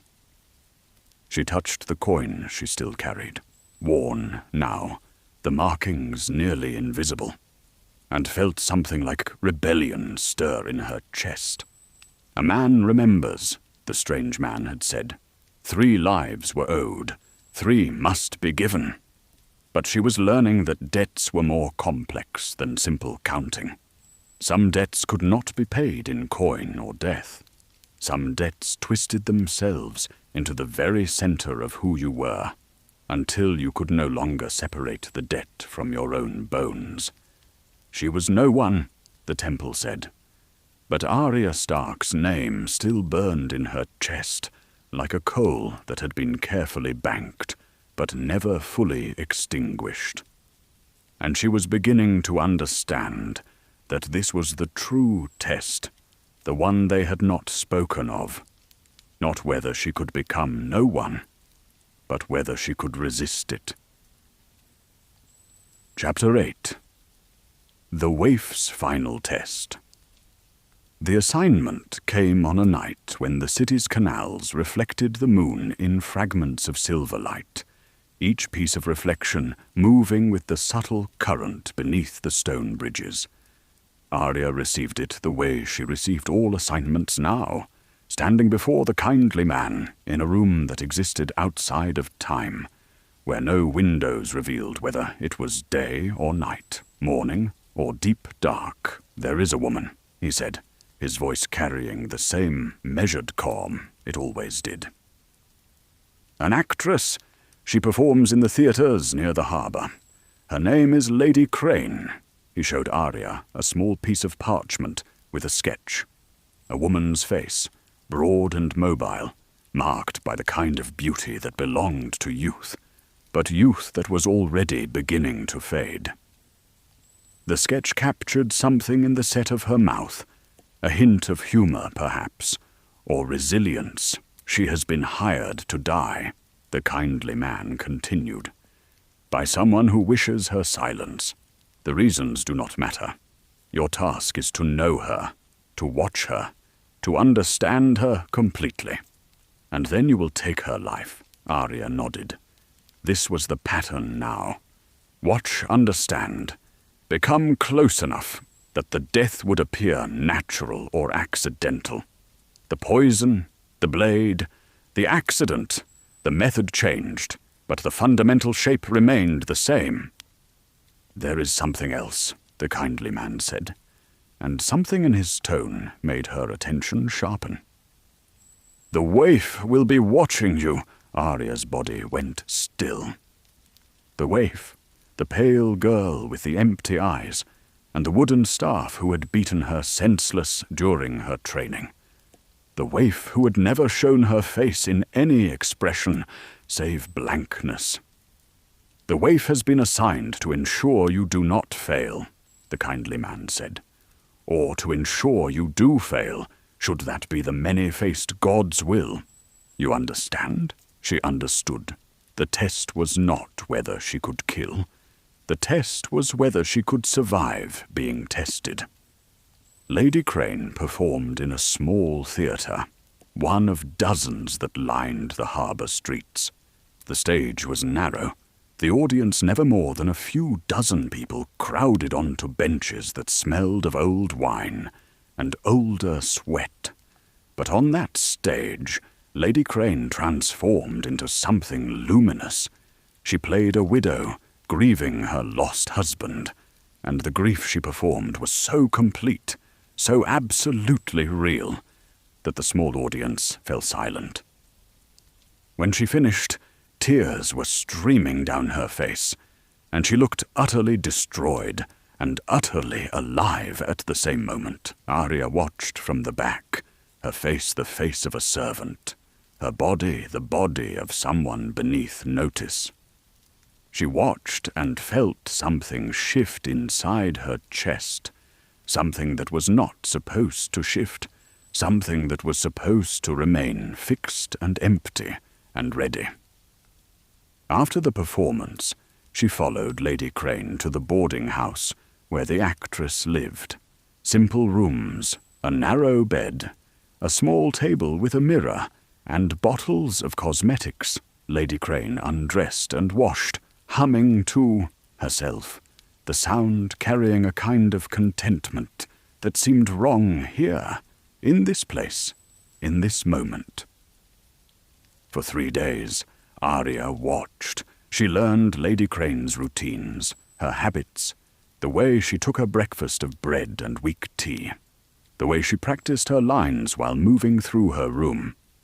She learned that Lady Crane was alone, that her family did not know where she was, that she had left behind a life of poverty and abuse to find this, a precarious livelihood, a small stage, the joy of transformation through performance. She learned that Lady Crane was also kind. When she noticed a beggar on the street, she gave him coins from her meagre earnings. When she saw a child crying, she stopped to comfort it. She lived as if goodness still mattered, as if the world had not proven it did not. On the 4th night, as Arya prepared herself to do what she had been sent to do, she felt the weight of the poison she carried, a powder that could be dissolved in wine, that would cause Lady Crane to sicken and die within the hour. She had it ready. She had the opportunity. The actress would trust her. The death would appear to be illness, but in the moment before she acted, before she moved forward with the poison and the wine, Arya found herself speaking instead of acting. "There is danger coming for you," she said. Her voice was the voice of the servant she had become, but the warning was real. "You should leave this city. Tonight. You should go somewhere else." Lady Crane turned from her mirror, where she had been applying cosmetics to prepare for a performance. Her eyes, when they met Arya's, held sudden comprehension, not of the danger, but of Arya herself, of something about her that could not be disguised. "Why are you telling me this?" Lady Crane asked softly. "Because they're going to kill you," Arya said. The words came from somewhere deep, somewhere that had never been broken, somewhere that had never become nothing. "And I was sent to do it, but I'm telling you to run instead." The actress regarded her for a long moment. Then she nodded, slowly, as if understanding more than just the words. "Come with me," Lady Crane said. "We can go together." But Arya could not go. She was bound by things larger than her own will, so instead she helped Lady Crane gather what she could carry, watched as the actress fled into the night, and then returned to the temple. The waif was waiting. She stood in Arya's small room, her pale body barely visible in the shadows. Her eyes held that usual blankness, but something else too. Something like the edge of a blade that had been honed to perfect sharpness. "The actress lives," the waif said. It was not a question. "Yes," Arya replied. "You disobeyed." "Yes." The waif's hand moved. A staff appeared in her grip, as if it had been summoned from air itself. She moved with the same terrible grace she had always moved with. But this time there was something different. This time, the staff was not meant to teach. This time, it was meant to kill. Arya tried to dodge, but the space was too small. The staff caught her across the ribs, driving the air from her lungs. She fell backward, gasping, and the waif pressed forward, relentless, each blow calculated to do maximum damage. A strike to the shoulder, a blow to the leg, another across her back. "You are still Arya Stark," the waif said, her voice carrying a kind of triumph. "You could not become no one. And because you could not, you must die." Another strike came, but this time Arya moved differently. Years of training rose up in her, not the training of the faceless men, but the training Syrio Forel had given her, the water dance she had learned in King's Landing. She twisted, let the staff pass through air where her body had been, and she felt something click into place inside her. She was Arya Stark. She had always been Arya Stark, and Arya Stark knew how to fight. She did not have a staff, she did not have a sword, but she had her hands and her speed, and the knowledge that she had nothing left to lose. The waif came at her again, and this time Arya was ready. She moved inside the waif's guard, too close for the staff to be useful. They grappled, and Arya felt the waif's surprising strength, the way she was all speed and precision, no wasted motion. But Arya had rage behind her. She had the weight of every name on her kill list.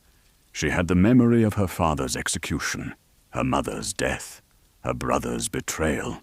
She had the poison she carried, and the faces she had worn, and the person she was supposed to have become. All of it flowed through her now, not as something destructive, but as something that clarified and focused everything into a single point. She heard herself make a sound, something like a laugh or a scream. She could not tell which. The waif's eyes widened fractionally, the first real emotion Arya had ever seen cross that pale face.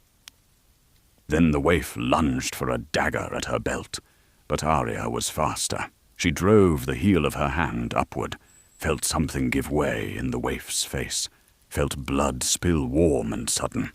The waif made a sound of pain, and in that moment, she was human.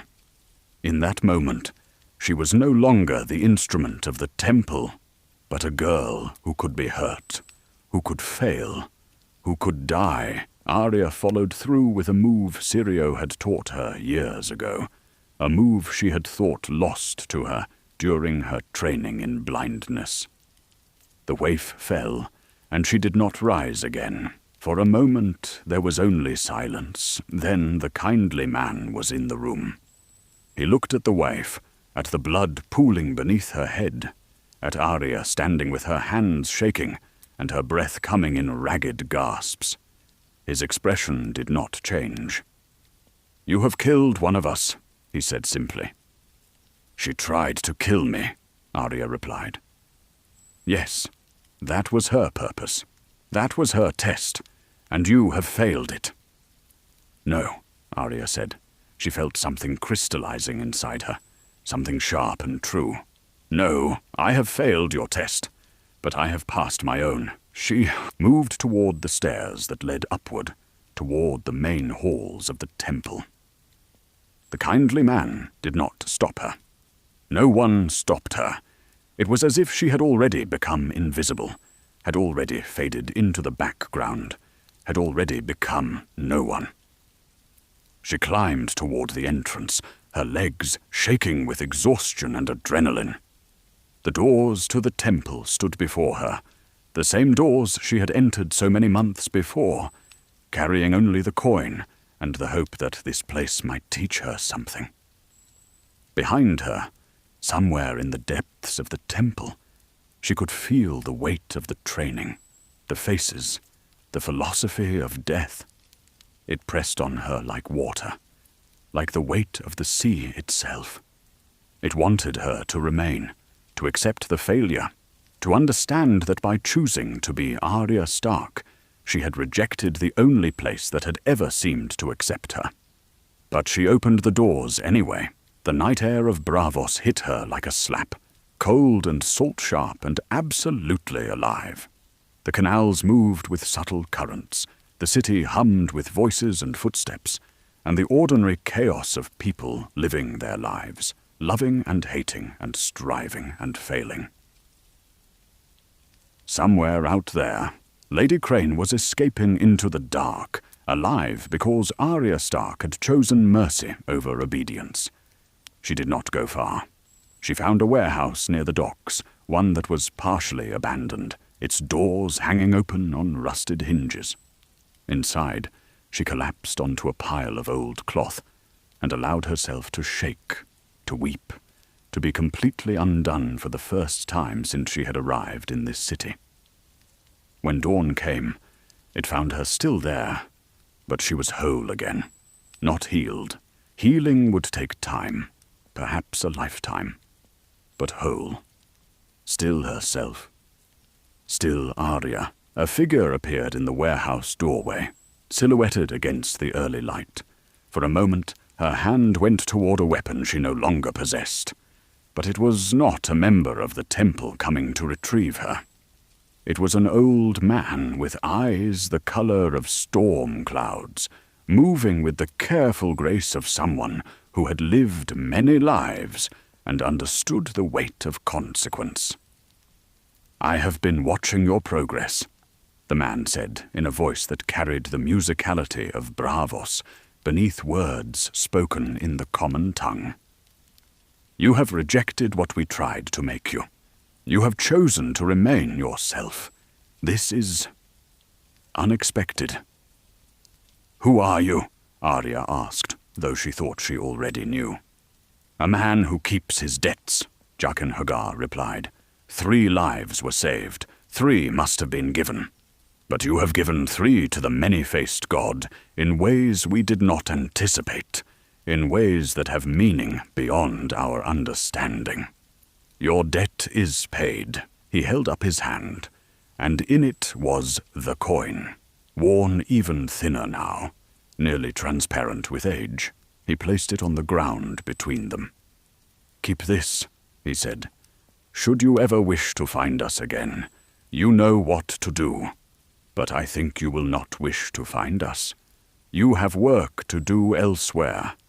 The world needs its broken things to continue breaking." He turned to leave, then paused. "Tell me," he said, "who are you?"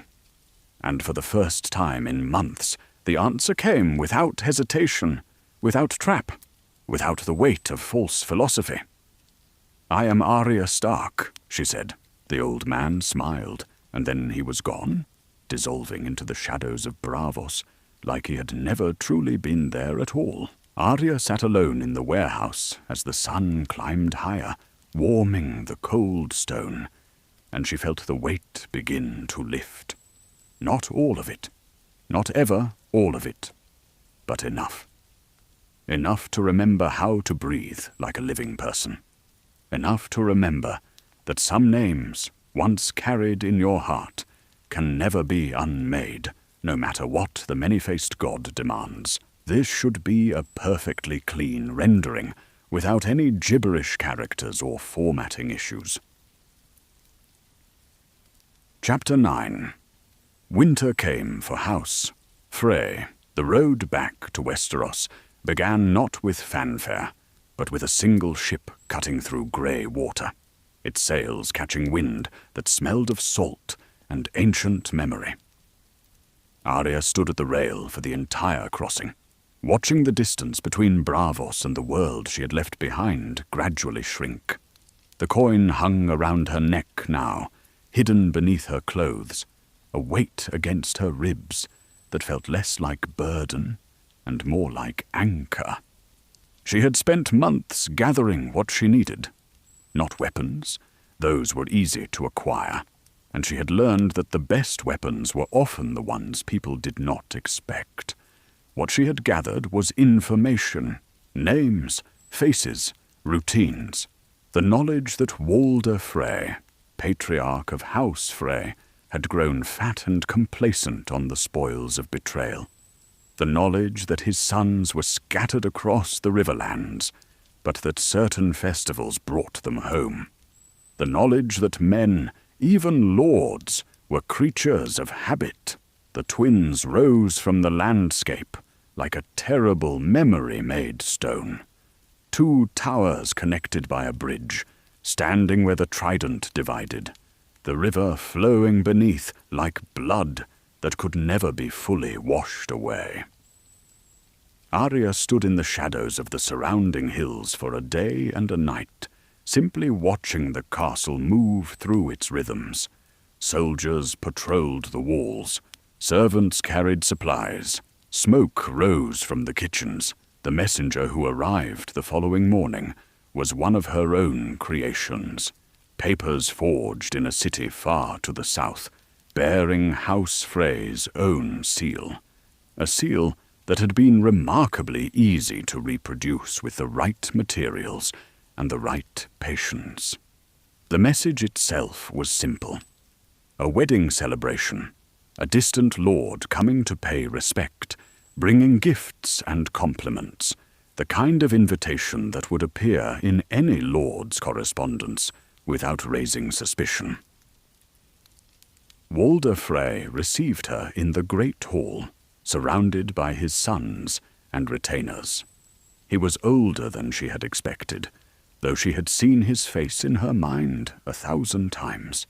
His frame had withered, but his eyes held the same calculating assessment they must have held on the night of the Red Wedding, when he made the choice to murder guests beneath his own roof. Those eyes looked at the dressed game she had brought, a fine boar, slaughtered and prepared, with the hunger of a man whose age had not yet dimmed his appetite. "A gift," she said, her voice altered by technique she had learned in Bravos. Her accent shifted to belong to nowhere specific. From a lord who values the strength of House Frey and its honor. Something flickered across Walder Frey's face at that last word. Honor. As if the concept was foreign to him, or perhaps as if it was an accusation. "The boar looks excellent," he said. "We will have it prepared for this evening's feast." She watched as his servants took the meat to the kitchens. She had followed them, moving through the castle's back passages, learning its layout in advance. The kitchens were a chaos of preparation, fire and steam, and the sharp smells of cooking. The poisoned meat required no special introduction. It was already prepared, already seasoned, already waiting to fulfill its purpose. But poison would have been too simple, too clean. Walder Frey deserved something more elaborate. That night, at the feast, she served the meals. She was merely a servant, one of dozens moving between tables, refilling cups and clearing plates. No one looked at her directly. She was beneath notice, invisible in the way that servants often are to those who do not consider them human. The boar was carved and distributed. Walder Frey himself took a substantial portion, tearing into it with the manners of someone who had never learned refinement. His sons did the same, laughing and talking around him, their voices loud with wine and carelessness. It was not until the third course that the first of his sons began to sicken. The poison she had used was one learned from a merchant in a city whose name she had forgotten. It caused no dramatic collapse, no theatrical death. Instead, it began with a tightness in the chest, a difficulty breathing, a slow suffocation that appeared, to any observer, to be caused by choking or by the rich food itself. By the time Walder Frey realized something was wrong, 5 of his sons were already beyond help. His remaining sons began to panic, calling for water, for Meister, for help that would not come.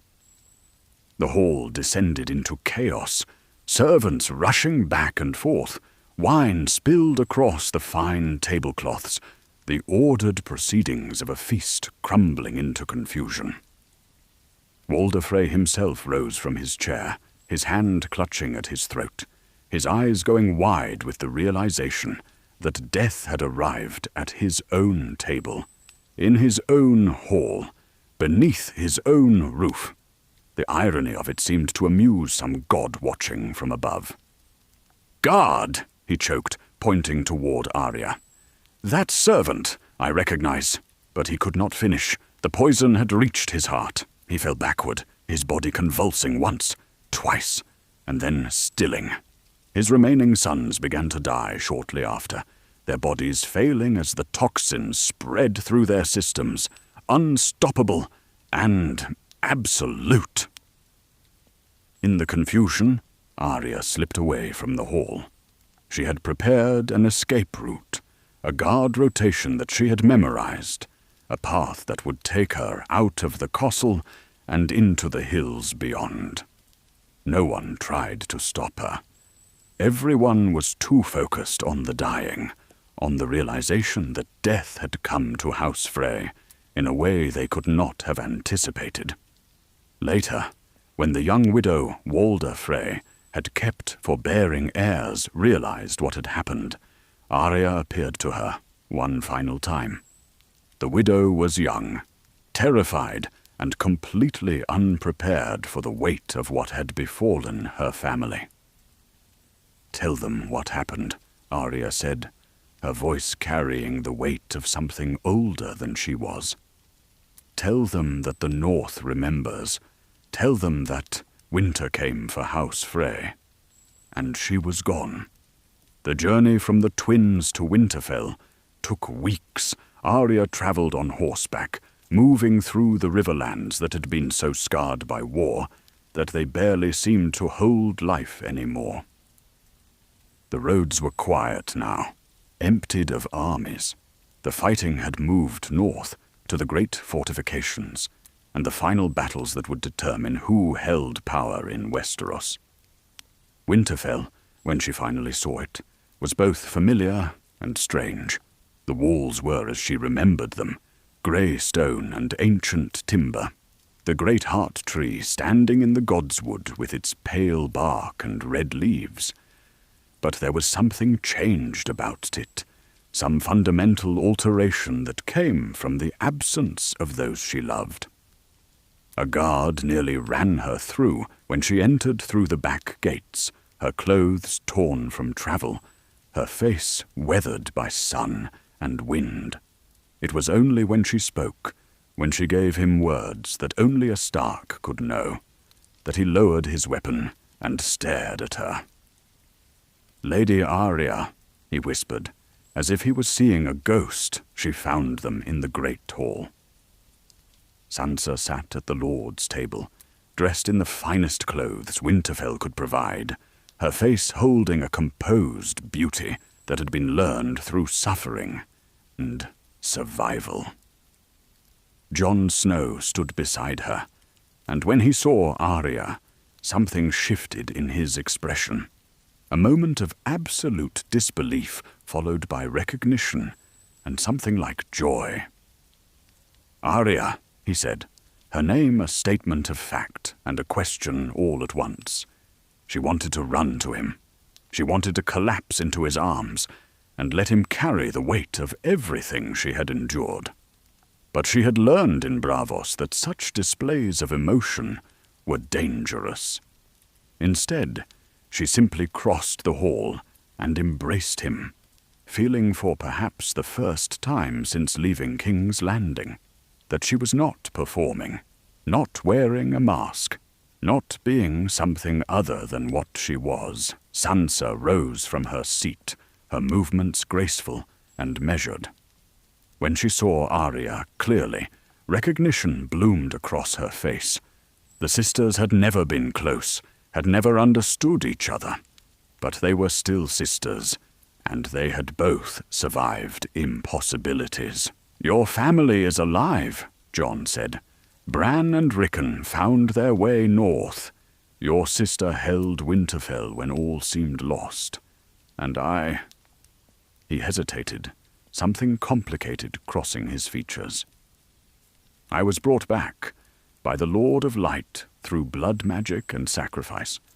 I did not understand it then, but I understand now that I was meant to help hold Winterfell until you could come home."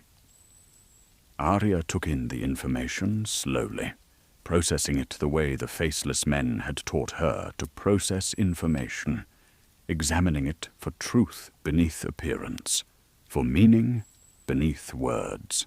Her family had survived, not all of them. Her father was still gone. Her mother was still gone. Robb was still dead. But the core remained, the seed from which something could grow. Over the following days, Arya learned the full scope of what had transpired while she was away. The War of the Five Kings had carved up the land, broken it into factions and counter-factions. Now, armies were gathering for something larger, something that would shake the very foundations of the world. "The White Walkers," Jon told her. "The dead rising from beyond the wall, moving south, bringing with them a cold that was not merely weather, but something absolute, something that spoke of the end of all living things. We will need every sword," Jon said, "every mind, every skill that can be mustered." Arya understood what he was asking. He was asking her to fight, not as vengeance, not as something personal, but as something necessary. The great wheel of politics and power that had crushed so many people, that had killed her father and mother and brother, suddenly seemed smaller than the threat approaching from the north. But before she could answer that call, there was one more matter to settle. Littlefinger had come to Winterfell in the weeks before Arya's arrival, seeking to manipulate events, seeking to create conflict between the Starks that would break them from within. He brought with him accusations, lies, and a calculated attempt to turn Sansa and Jon against each other.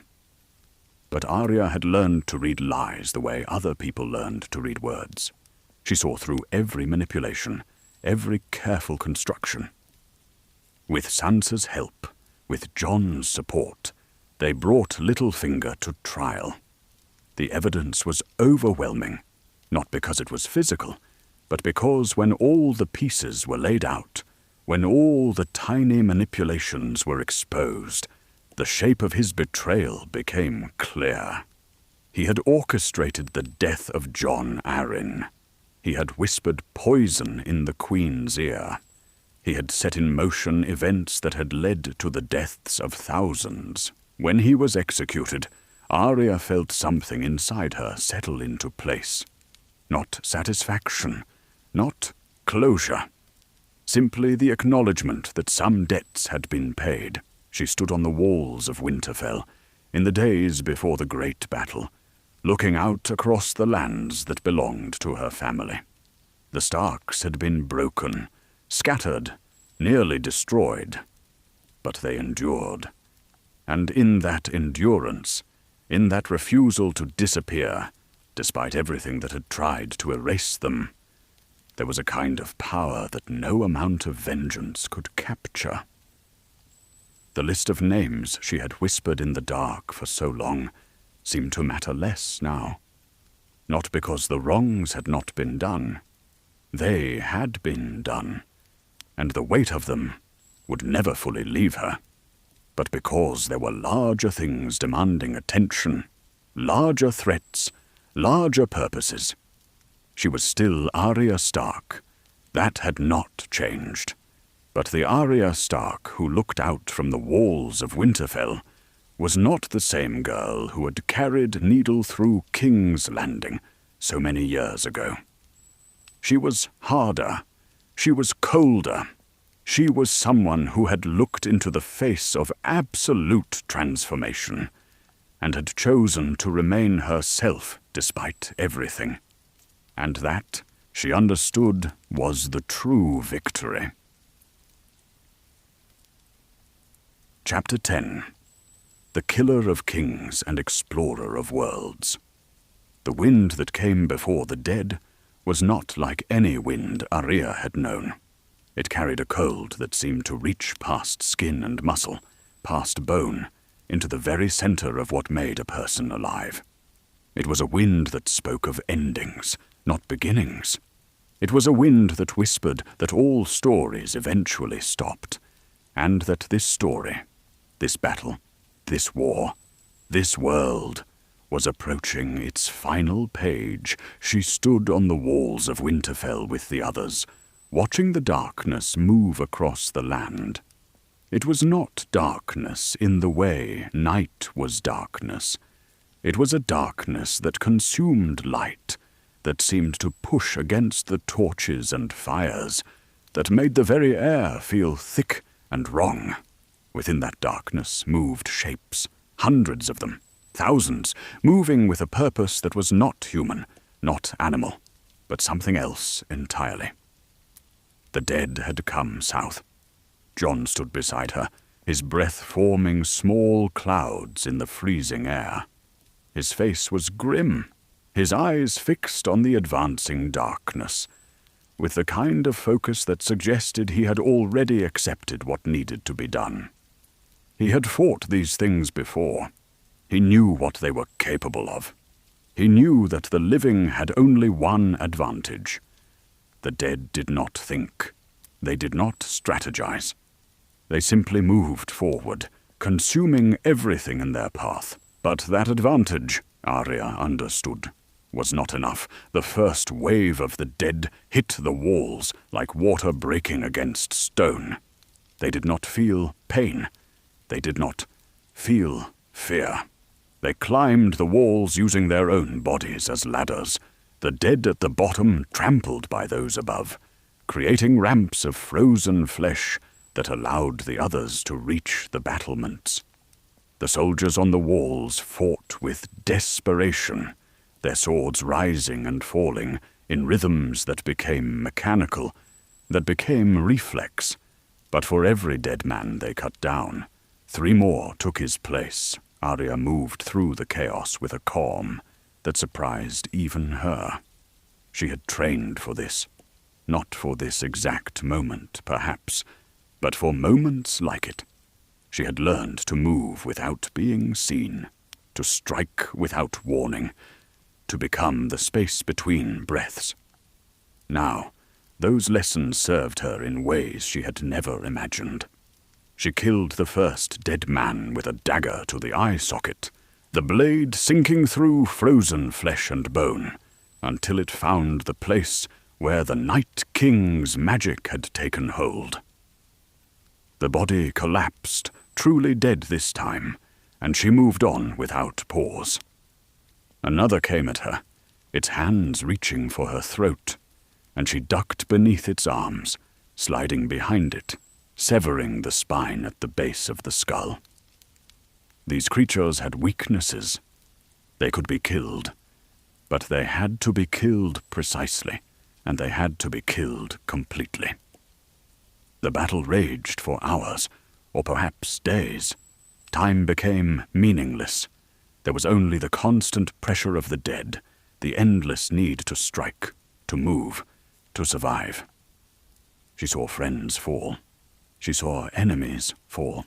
She saw the living become the dead, then rise again to fight those who had once been their companions. The horror was absolute, but horror could not be allowed to matter. Only survival mattered. Only the next strike, and then she saw him, the Night King, moved through the chaos like a shadow given substance, a figure taller than any man, pale as moonlight, his eyes the blue of deep ice. Where he walked, the dead parted for him. Where he looked, the living froze in terror. He was not simply the leader of the dead. He was death itself, given form and will and terrible purpose. He moved toward the godswood, drawn by something Arya could not see. She followed, slipping between the dead, moving like water flows around stones. She had learned this from Syrio. She had learned it from the faceless men. She had learned it from months of watching and waiting, and understanding that movement was not about speed, but about timing, not about strength, but about placement. The Night King reached the heart tree, the ancient weirwood with its pale bark and red leaves that seemed to glow with their own light.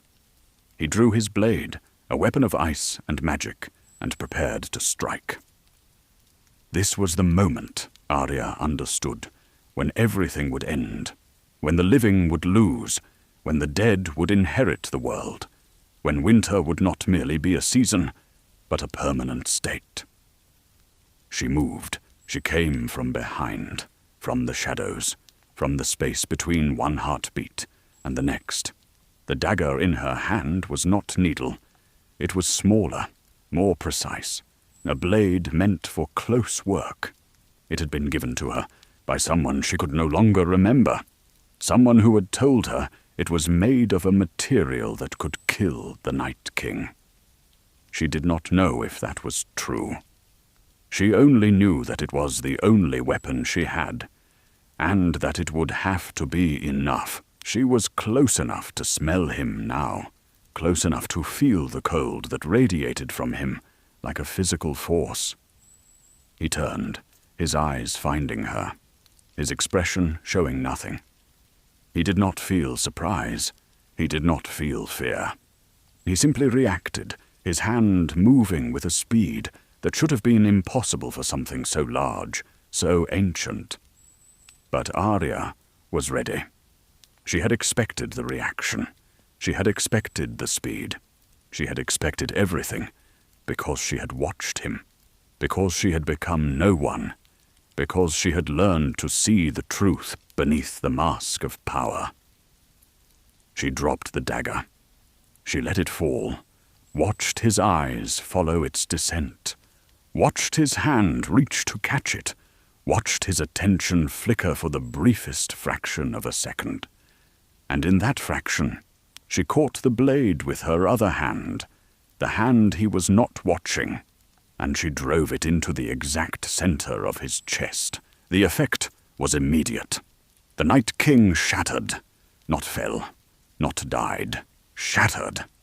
His body broke into 1,000,000 fragments of ice and light, each piece falling like snow, each piece whispering away into nothing.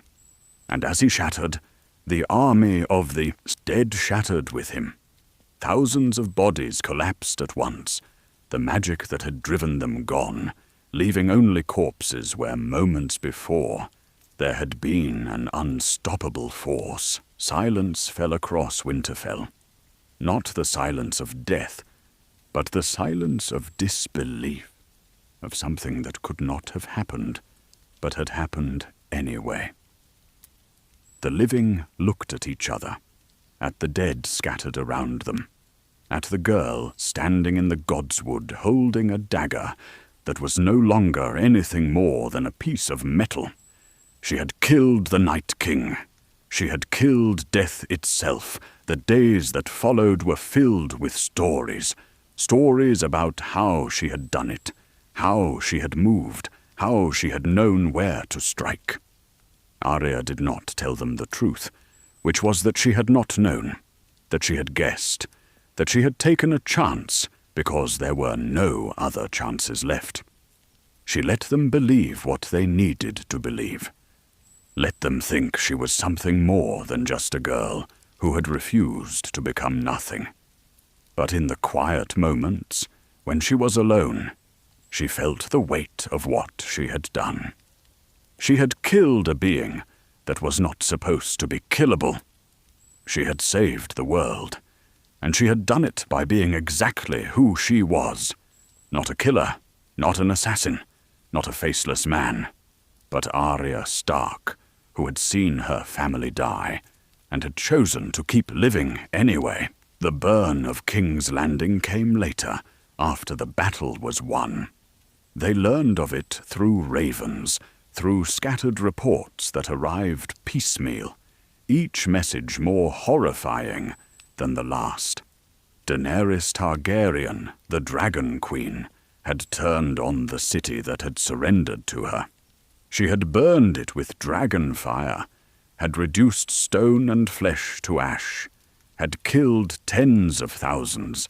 In a single afternoon of rage and madness, Arya had been there when Daenerys arrived at Winterfell, riding a dragon that was beautiful and terrible in equal measure. She had seen the Queen's face, had seen the determination there, had seen the absolute certainty that she was right. And she had recognized something in that certainty that made her skin crawl. It was the same certainty that the kindly man had possessed, the same certainty that had driven Walder Frey, the same certainty that had convinced the Night King that he was inevitable. She had seen what happened when certainty became absolute. She had watched it kill everyone in its path. When Daenerys was killed, it was not Arya who did it. It was someone closer, someone who had loved her, someone who had understood that sometimes the only way to stop a monster was to become one long enough to strike the killing blow. The assassination was quiet, private, and absolutely necessary. Arya heard about it later in whispers, and she felt something like relief, but not satisfaction. The Queen had been young, and she had been wrong, and she had been destroyed by the same forces that had destroyed so many others. The world was left without a clear ruler. The great houses were broken, their armies decimated, their lines disrupted. The wheel that had turned for so long, crushing everyone beneath it, had finally been shattered.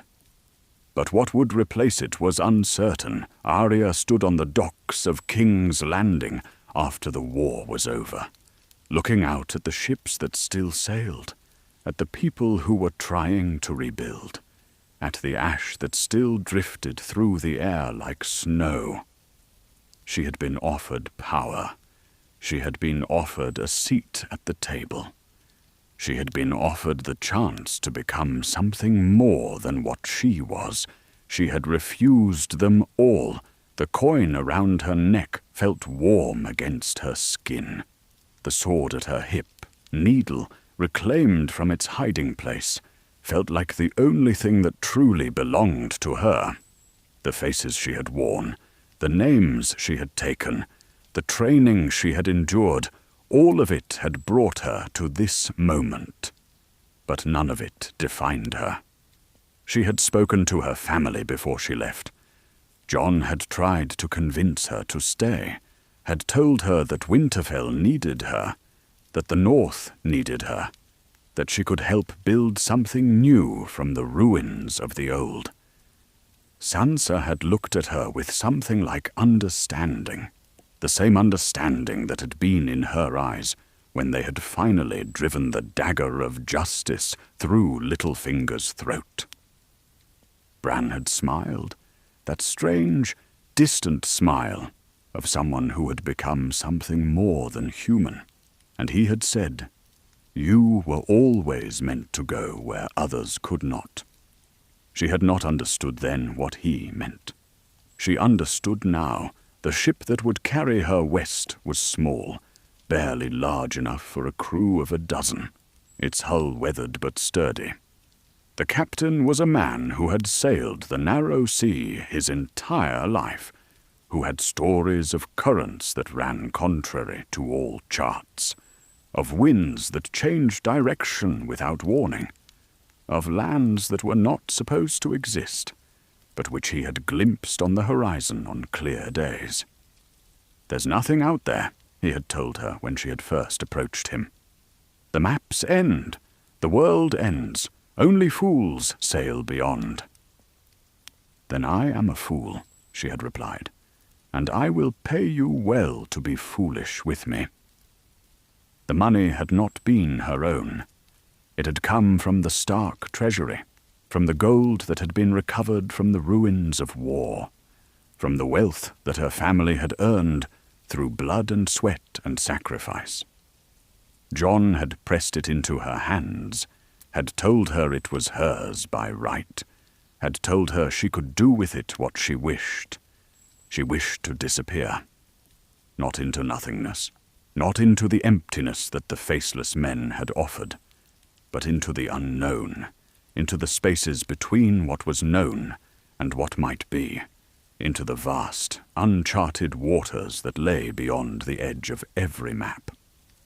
She stood on the deck as the ship cast off, as the docks of King's Landing receded, as the city that had burned and bled became a smudge of smoke against the sky. The wind filled the sails, and the ship began to move, cutting through water that became clearer and bluer the further they sailed from land. The sailors watched her with curiosity, but they did not ask her questions. They had accepted her gold, and they had accepted her silence, and they understood that some people were not meant to be understood, only endured. Days passed, then weeks. The coast of Westeros fell away behind them, the land becoming a line, then a memory, then nothing at all. The water around them grew deeper, the sky above them wider, until it seemed that they were the only living things in a world made of blue and grey, and endless horizon. Arya stood at the prow, and felt something she had not felt in a long time. Not since she had left Winterfell all those years ago. Not since she had watched her father's execution. Not since she had stepped into the house of black and white. She felt free. Truly, completely free. She had left behind her family, her home, her heritage. She had left behind the wars and the politics, and the endless cycles of revenge. She had left behind the faces she had worn, and the names she had taken, and the person she had been taught to become. She had kept only one thing: her name, Arya Stark.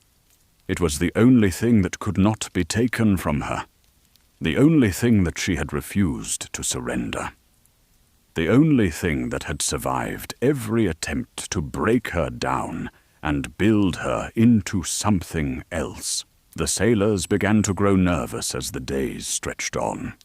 They had provisions for 2 months, perhaps 3 if they were careful, but they had sailed beyond any waters they knew, beyond any charts they trusted, beyond any hope of rescue if something went wrong. Arya did not share their fear.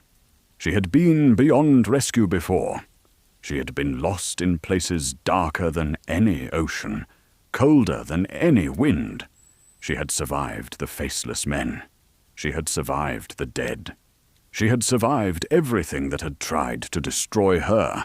She would survive this too. One morning, when the sky was clear and the water was so calm it looked like polished stone, she saw it. A line on the horizon that was not sky, that was not cloud, that was not simply the curve of the world. It was land. Land that no map had ever marked, that no explorer had ever claimed, that existed only in the stories that old sailors told when they had drunk too much and wanted to believe that the world was larger than what they had seen. The captain saw it too. His face went pale. His hands trembled on the wheel. "Turn back," he whispered. "We must turn back now." "No," Arya said. Her voice was calm. It was the voice of someone who had faced death and had chosen to keep living anyway. "We sail on."